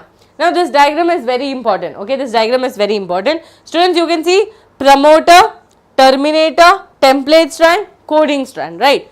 If you look here, you will notice that the template strand is from 5' to 3' direction, okay, and you will notice that the coding strand is from 5' to 3' direction. So arrow marks you can notice, okay, 3' to 5' and 5' to 3'. Okay, so here if you notice, the question will be asked, where is the promoter region present? Now when you look at this, you are not going to say, okay, you are not going to say what is that, promoter region is present on the 3' end. No, you are going to say promoter is present on the upstream. Okay, upstream means, okay, so 5' ends upstream, promoter is present. Clear to all of you?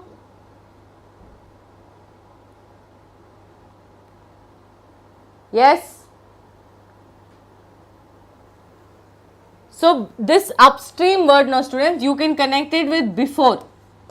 Okay, upstream word you can connect it with before. That means before the actual DNA sequence, whatever is present we call it before. And now when I say downstream, you remember after the DNA sequence whatever is there.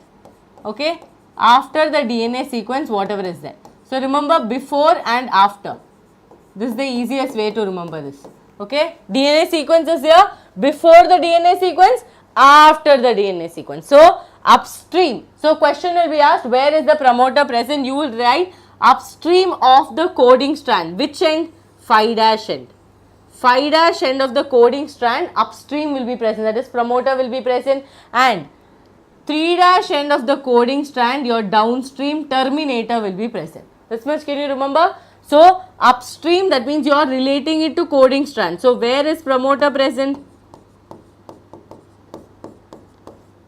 Where is promoter present? Question. What will your answer be?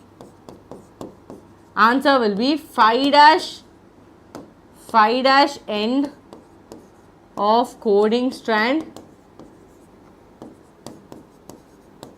This is upstream. Okay, this is upstream. Yes, what happened? RNA polymerase will be there in transcription, DNA polymerase in replication, because it depends on what you are forming. If you are forming DNA, you use DNA polymerase. If you are forming RNA, you use RNA polymerase. Clear?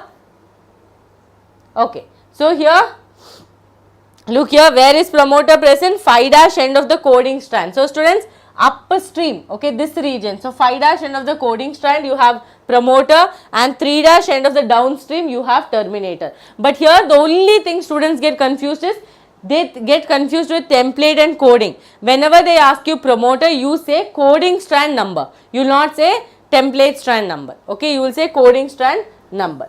So, that is understood. Now, this is your NCERT. Is it too small? No, right?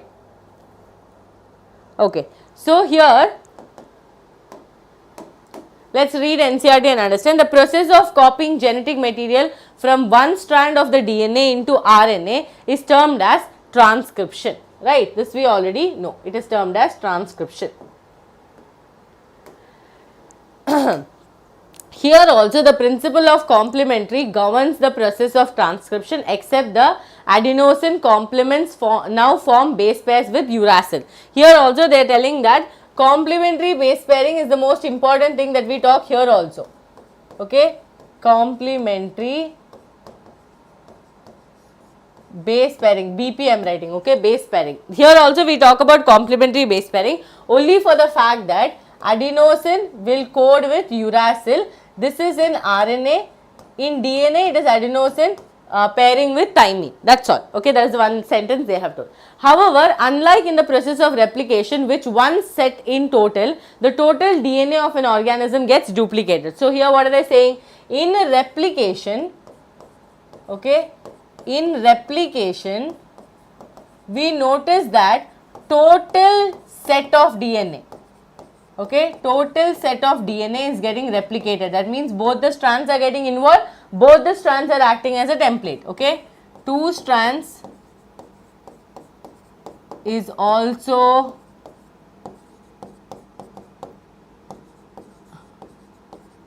acting as template. But in transcription, what is happening? In transcription, only one segment of DNA and only one strand is copied into RNA. Is this clear?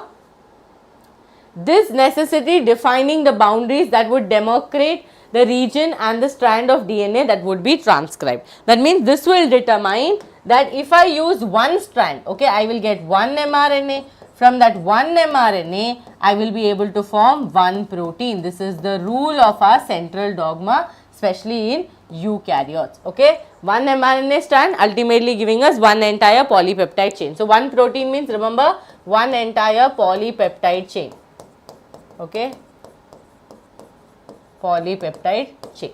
Now, why both the strands are not copied? So, this entire paragraph talks about why both the strands are not copied. Why both the strands are not copied during transcription has a simple answer. First, if both the strands act as a template. So, first thing students, if both the strands act as a template, okay, they would code for RNA molecule with different sequence. That is also there, right, which I forgot to tell you here. That means students, one will be coding, okay, one, let's say mRNA 1, you remember from the last what I taught you, let's say mRNA 1 will be coding for a completely different polypeptide chain, okay, polypeptide chain, and mRNA2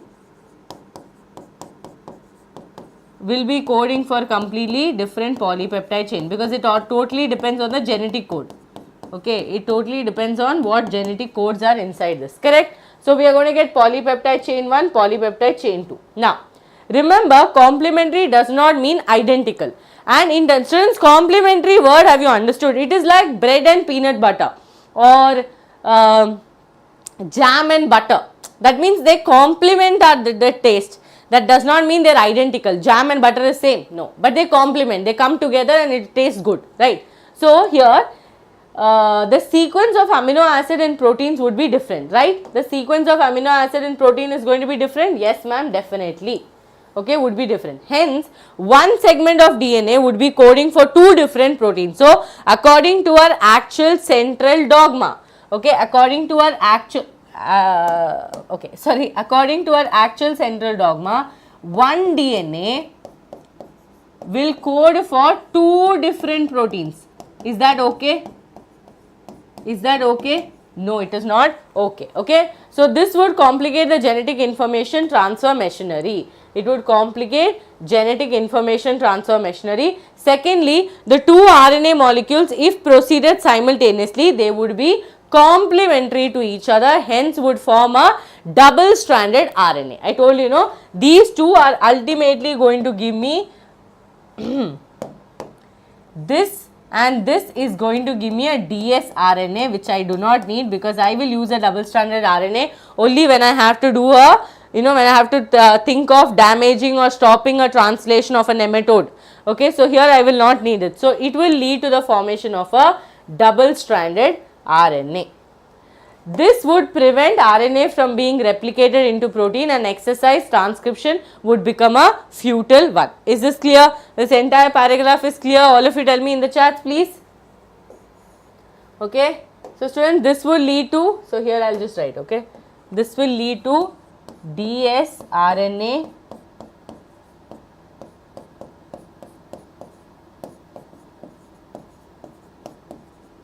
no translation followed.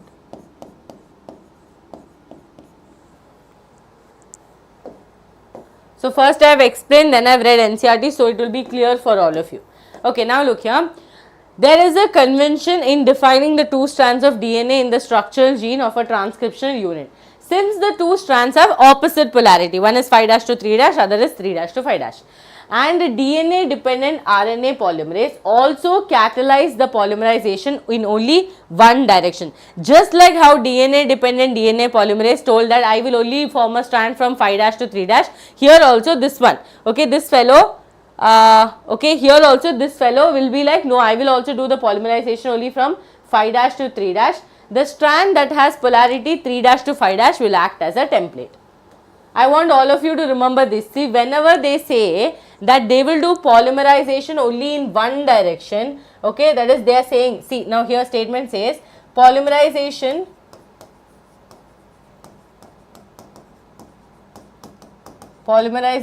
in one direction. I want all of you to remember that they are not saying that I will work on that strand. What are they trying to say? They are trying to say I will form 5' to 3'. That means I will work on 3' to 5'. Is this clear? I will form 5' to 3' means I will work on 3' to 5'. Understood? That is the meaning of polymerization.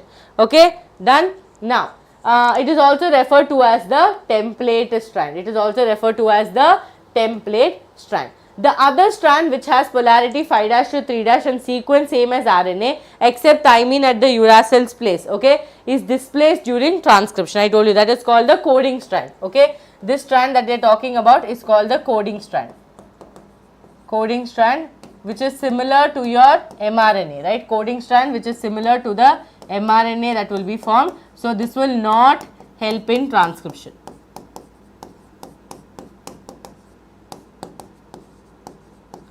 Clear?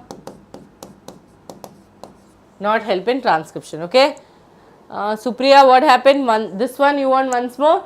So here strangely this strand which does not code for anything is referred. So they are only telling that it is so funny that how they called it the coding strand. Coding strand means they should have, you know, it should have done some job of coding, no, but it is not doing that job. So they are telling it's so funny. Now, all the reference point while defining a transcription unit is made with coding strand. To explain the point, a hypothetical sequence from the transcription unit is represented.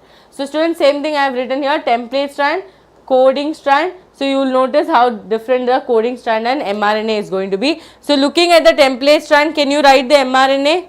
Tell me quickly. Looking at the coding strand, can you write the mRNA?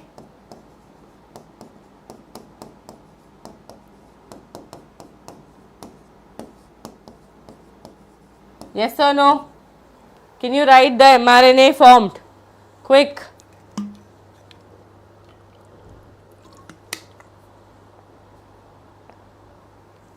Easy, no?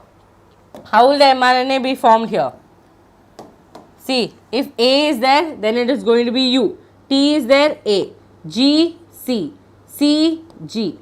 Okay? U, A, C, G, U, A, C, G, U, A, C, G, U, A, C, G, U, A, C, G. Got it? This is your mRNA. This will be from 5' to 3'. So, see, it formed a strand from 5' to 3'. So, it worked on a strand which was 3' to 5'. Understood? So, this is your mRNA. And if you look at your mRNA and your coding strand, it is the same for the fact that thymine is replaced by uracil. Thymine is replaced by uracil. Yes, ma'am, we can write. Awesome. Done. Now, the promoter and the terminator flank. I am so happy for all the students who stayed back for so long. Okay, it really shows how much, you know, at this point of time, like in the month of July, very few students are serious. Okay, when I went for the event also, we noticed a lot of students who were thinking what to do. I am so happy for all of you to stay back, sit in these classes which are happening in the early time. I know that 8 o'clock class was very comfortable for all of you, but students, for me it is very difficult to travel back. So, you know, it's not safe all the time to travel, but 1 or 2 days I will try my level best to take a class at 8 o'clock where I can, you know, teach in detail. But I know for a fact that later these lectures are going to be the most precious lectures because these has everything slowly, detailedly done. So, during your peak time, if you want to come back and watch these lectures, you are going to love these lectures. Okay, be it the students who are going to watch this in replay. Okay, so look here, the promoter, the terminator flank and the structural gene and transcription unit. The promoter is said to be, see, here comes the part. The promoter is said to be located at the 5' end of the upstream. Correct or not? Yes, correct, right? 5' end of the upstream. Here we are talking in basis of the coding strand, nothing else. Okay, you are talking in basis of the coding strand, not the template strand. Now, the reference is made with the polarity of the coding strand. It is the DNA sequence that provides binding site for RNA polymerase, and it is presence of promoter in a transcription unit that also defines the template and coding strand. By switching its position with the terminator, the definition of coding and template strands could be reversed by just switching them. Okay, the terminator is located towards the 3' end of the coding strand, again downstream, and it usually defines the end of the process of transcription. That's why I told you use the word before and after, easier to remember. Okay, therefore, additional regulatory sequence that may be present further upstream or downstream to the promoter. Some of the properties of this sequence, okay, this is not very important. Now, a gene is defined as a functional unit of inheritance. So, students, here we already understood what is transcription. So, here I will show you the diagram. See here, this is what is transcription. Okay, with this transcription, one more thing is connected. I feel today all my slides are ulta pulta. Okay, because the order I wanted to teach and the order I did is a little different. So, look here, we have RNA polymerase. Okay, combining with sigma factor and doing the first step, which is initiation, and you have RNA polymerase with it. So, now you already know that RNA polymerase is going to work on the template strand. Okay, what is the template strand polarity? What is the template strand polarity? Template strand polarity is going to be 3' to 5', same as how your DNA polymerase works. Okay, since this is going to be the template strand, the newly formed strand is going to be 5' to 3'. Clear? Now, here what is happening, students? Here elongation is happening where we have this portion that you are seeing, which is the structural gene. Okay, which is the structural gene. By this region, you already notice that the sigma factor is leaving. Okay, sigma factor is going to exit, right, because it's not needed anymore. So here you can see the newly formed RNA we are getting. Now after that you will see, notice in termination what is happening. RNA came out, rho factor and RNA polymerase combined to do termination so that the entire process can come to an end. Okay, entire process can come to an end. So this is what is your transcription, which I already made you understand. Now there is one small complication. Okay, there is one small complication in this process. That is what you are going to study next. Okay, are you all hungry? Do you all want a lunch break? Are you all hungry? Because if I take lunch break, it will become too long. So I'll just finish it off and then you can go for lunch. Okay, because even I should go, no? So going down, coming up, it will take some time. So, though there is no ambiguity that the genes are located on the DNA, it is difficult to literally. So, students, DNA gene, can you see? One small segment. So, structural gene, when I am telling it is just one small segment. Okay, it is going to be functional unit of inheritance. So, here define a gene in terms of DNA. The DNA sequence coding for tRNA or RNA molecule also defines a gene. However, by defining a cistron, here comes a new word, a cistron, as a segment of DNA, okay, as a segment of DNA coding for polypeptide, the structural gene in a transcription unit could be called as a monocistron.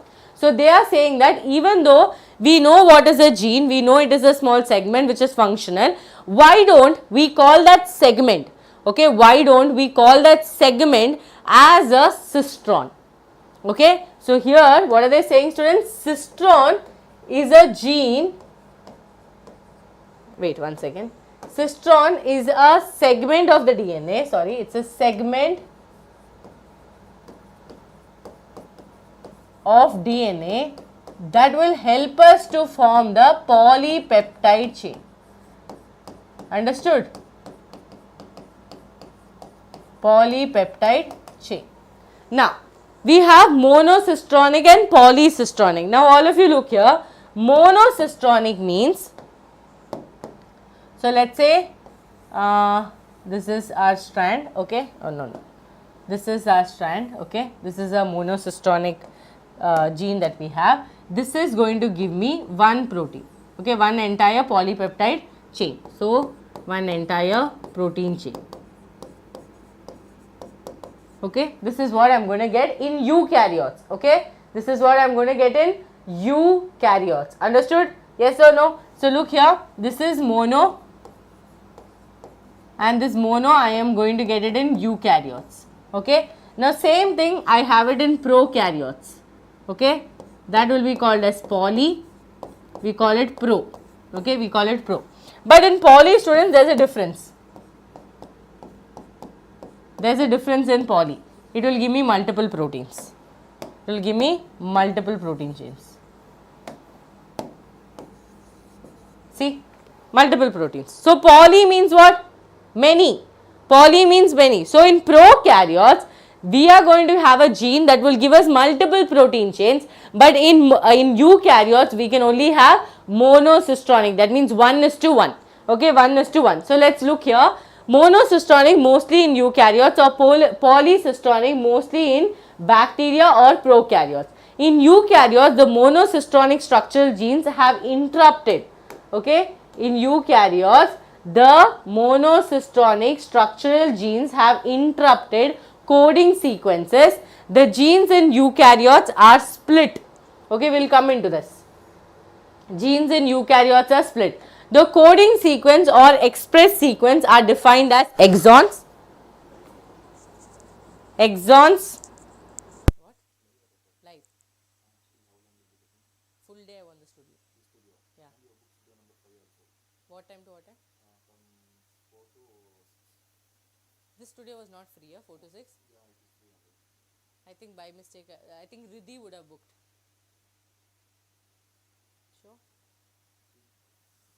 this studio I've booked till 4 to 5. This actually, Riddhi booked. That's what I told Mithun to remove wherever Riddhi has booked unnecessary. I need 4 to 6. I have batch class. Okay. And yeah, full. You can give 5 to anyone. Okay. So students, here what is happening? The coding sequence or express sequence are defined as exons. Okay, we will come into this. So I'll come back to this paragraph. Before that, let's just types of RNA. Wait, I'll come to types of RNA also. So we will do this portion very fast. Okay.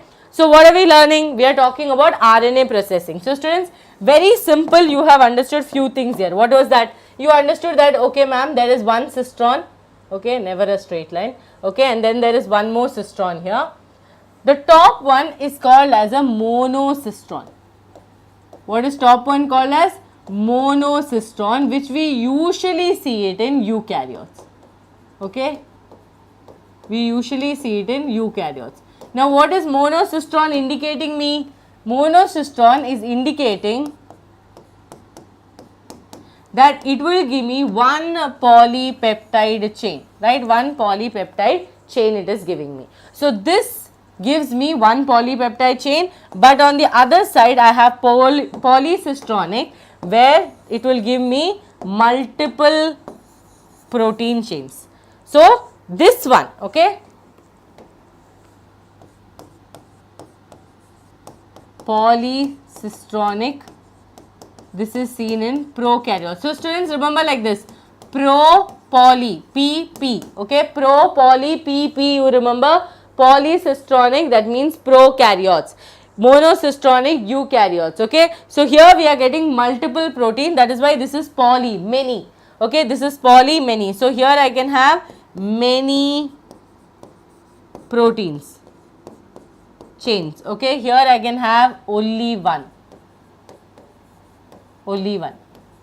Here comes the next part of the statements.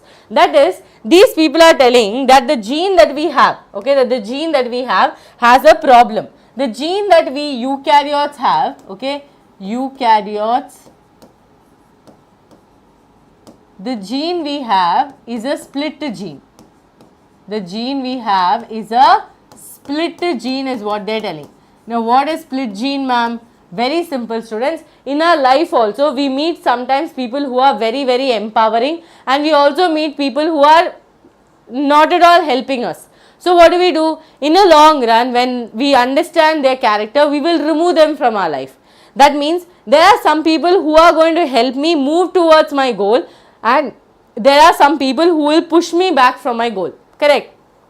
So, if you are, let's say, in our gene also, there are sequences which are going to help in coding for our protein, and there are also some sequences which are not going to help in coding. So, which one will you keep? You will obviously keep the people who are useful to you, who are helping you to go towards the goal. What is the goal of these people? To ultimately form the protein. So, we will keep people who are going towards the goal. So, look here all of you. So, we have a gene like this, and that gene has a problem. What is the problem that the gene has? It has some places where we have some, can you see yellow and red? Yeah. There are some places where there are some non-coding sequences. Okay. There are some non-coding sequences. So, can you see yellow and red properly? So, this region, okay, which is helping me with coding. Okay, this region which is helping me with coding is called as exons. So, these are my coding sequence. These are my coding sequence. Okay, and this is my introns. Okay, introns, which is non-coding sequence. Non-coding sequence. Now, which am I supposed to keep?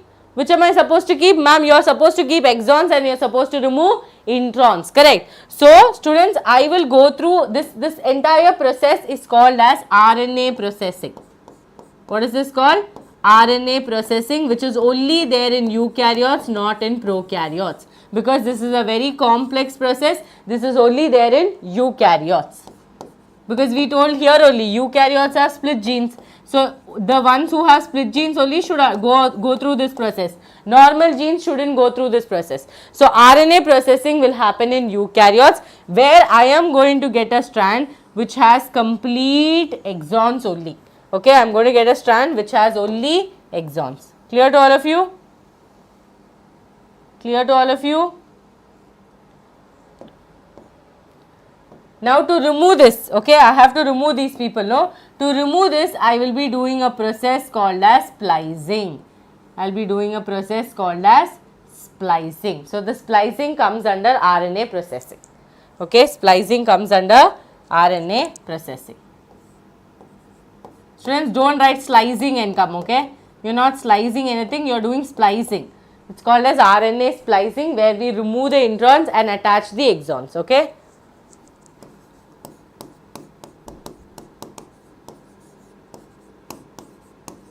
Removal of introns and joining of exons.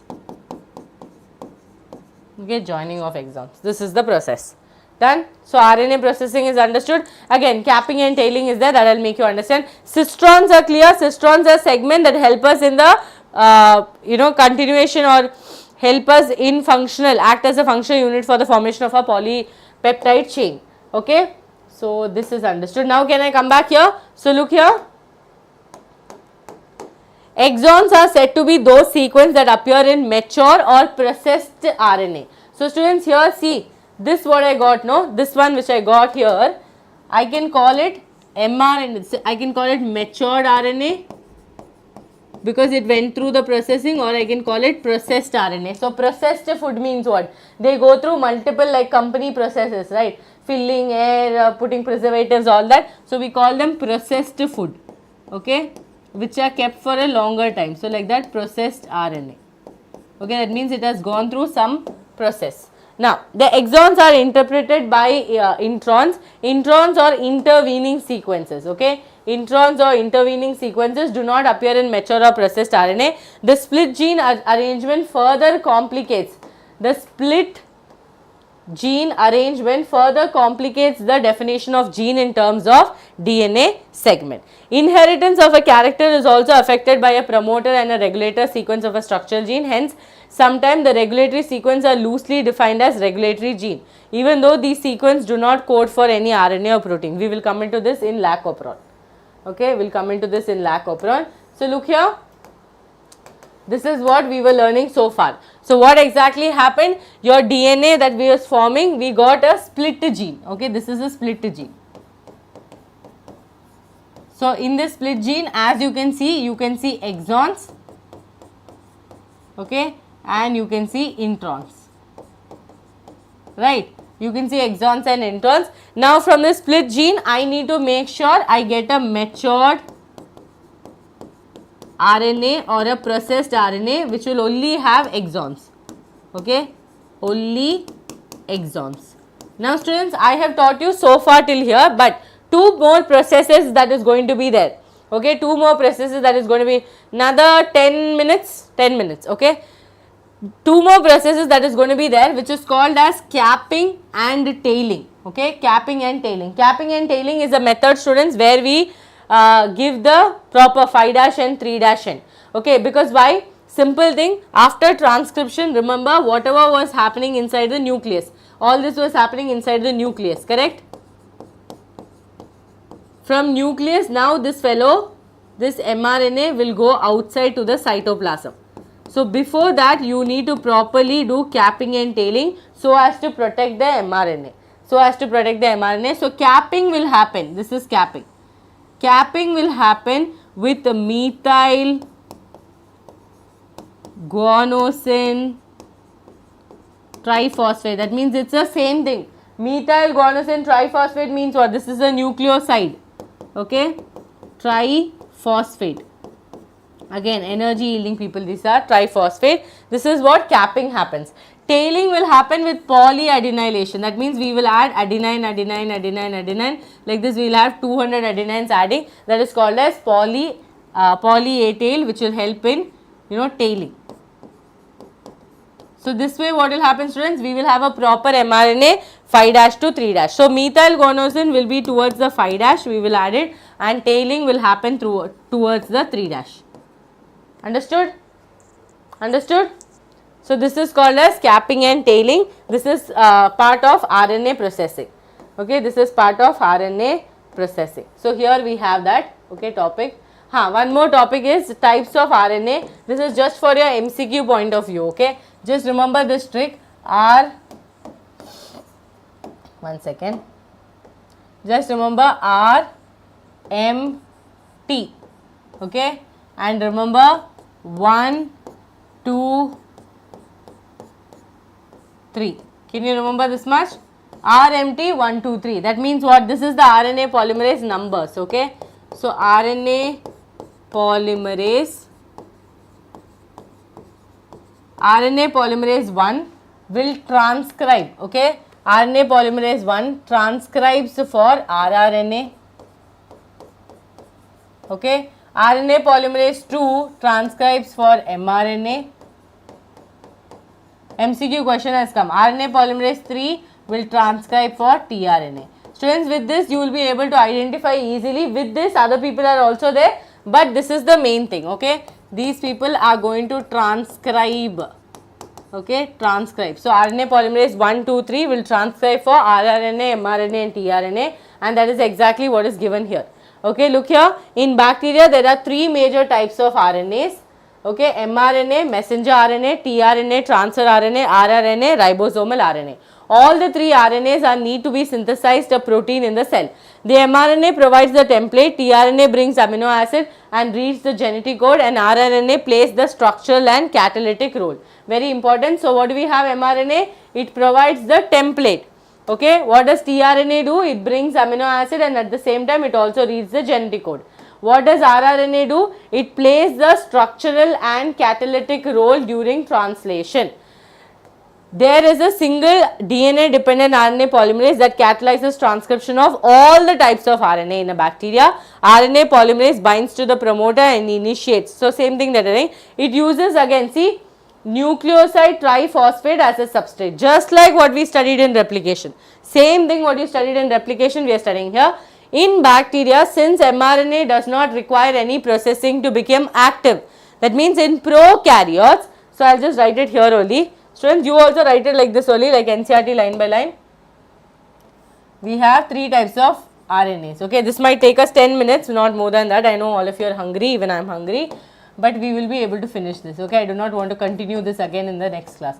3 RNAs. What is the first one? We have mRNA, obviously acting as a messenger and providing the template. Okay, messenger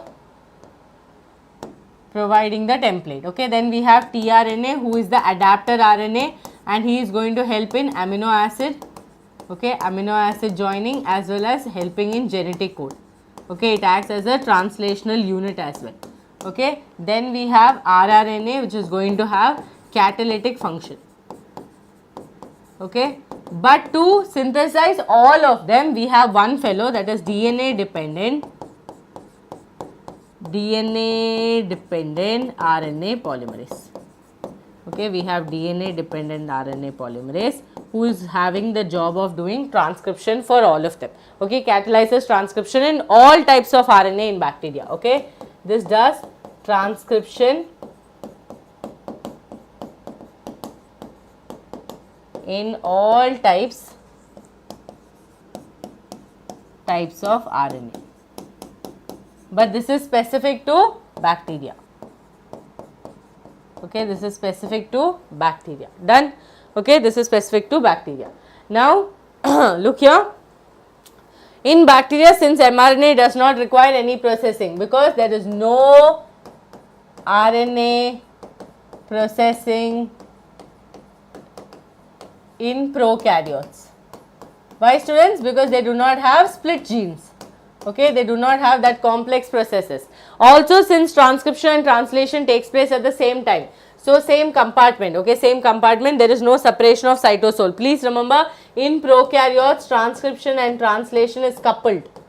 Okay, transcription and translation is coupled.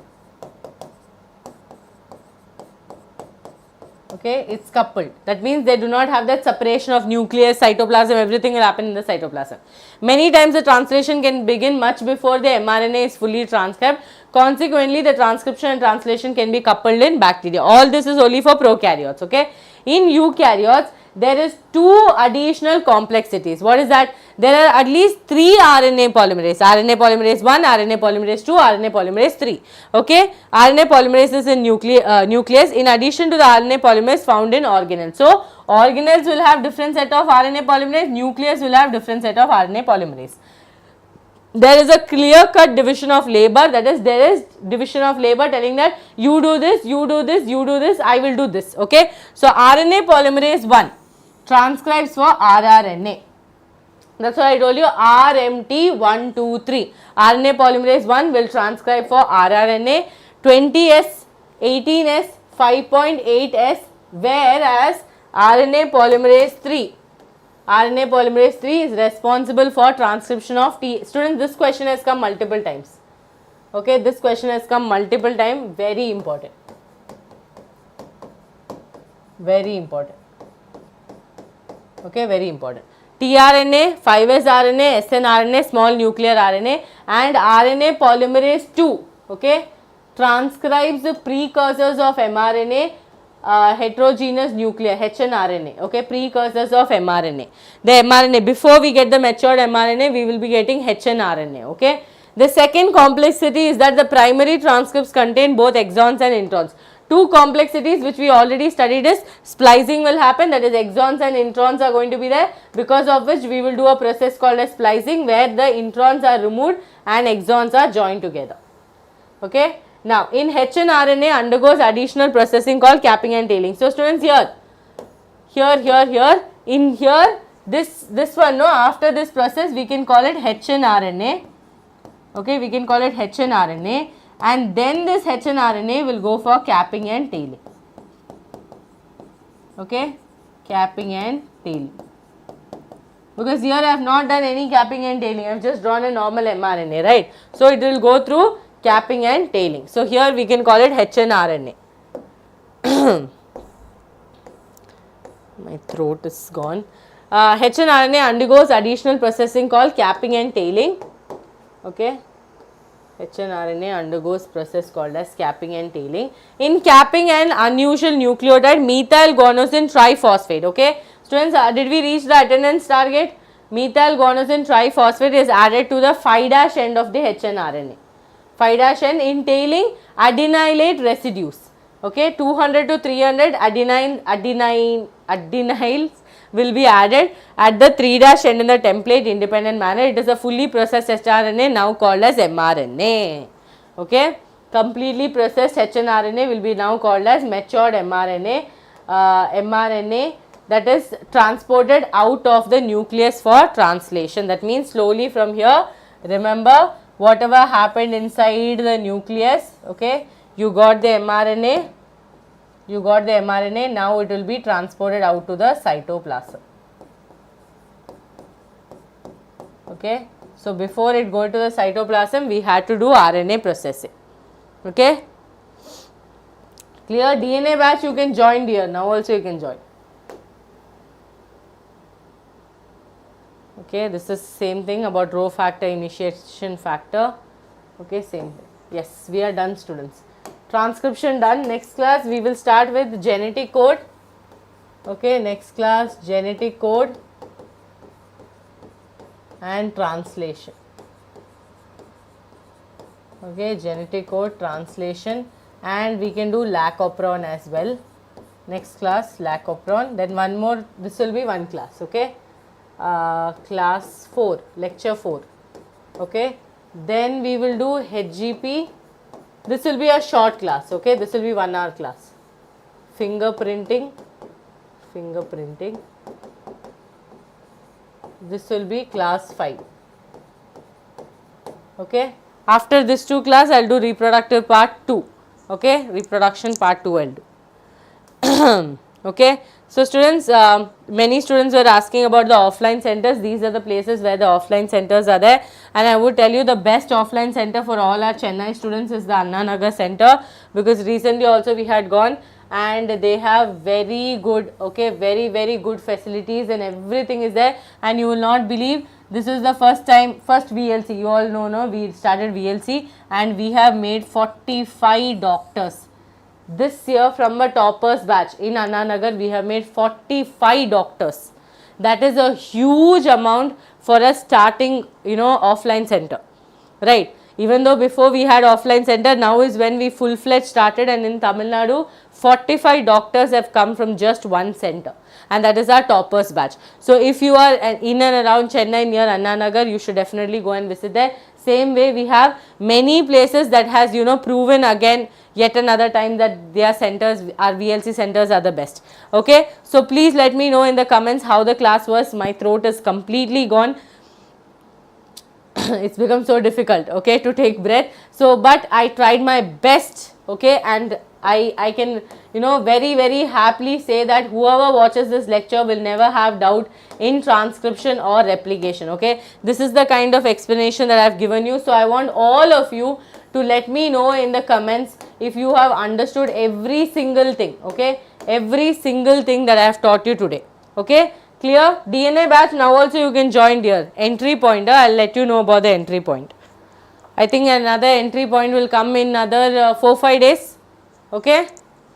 So thank you so much, take care, okay. Please let me know, Kirti, in the comments as well. Do not forget to comment, because when you comment and when you like, it gives another student the confidence to open the class and watch, okay, because we are all small teachers, so they will not open very fast.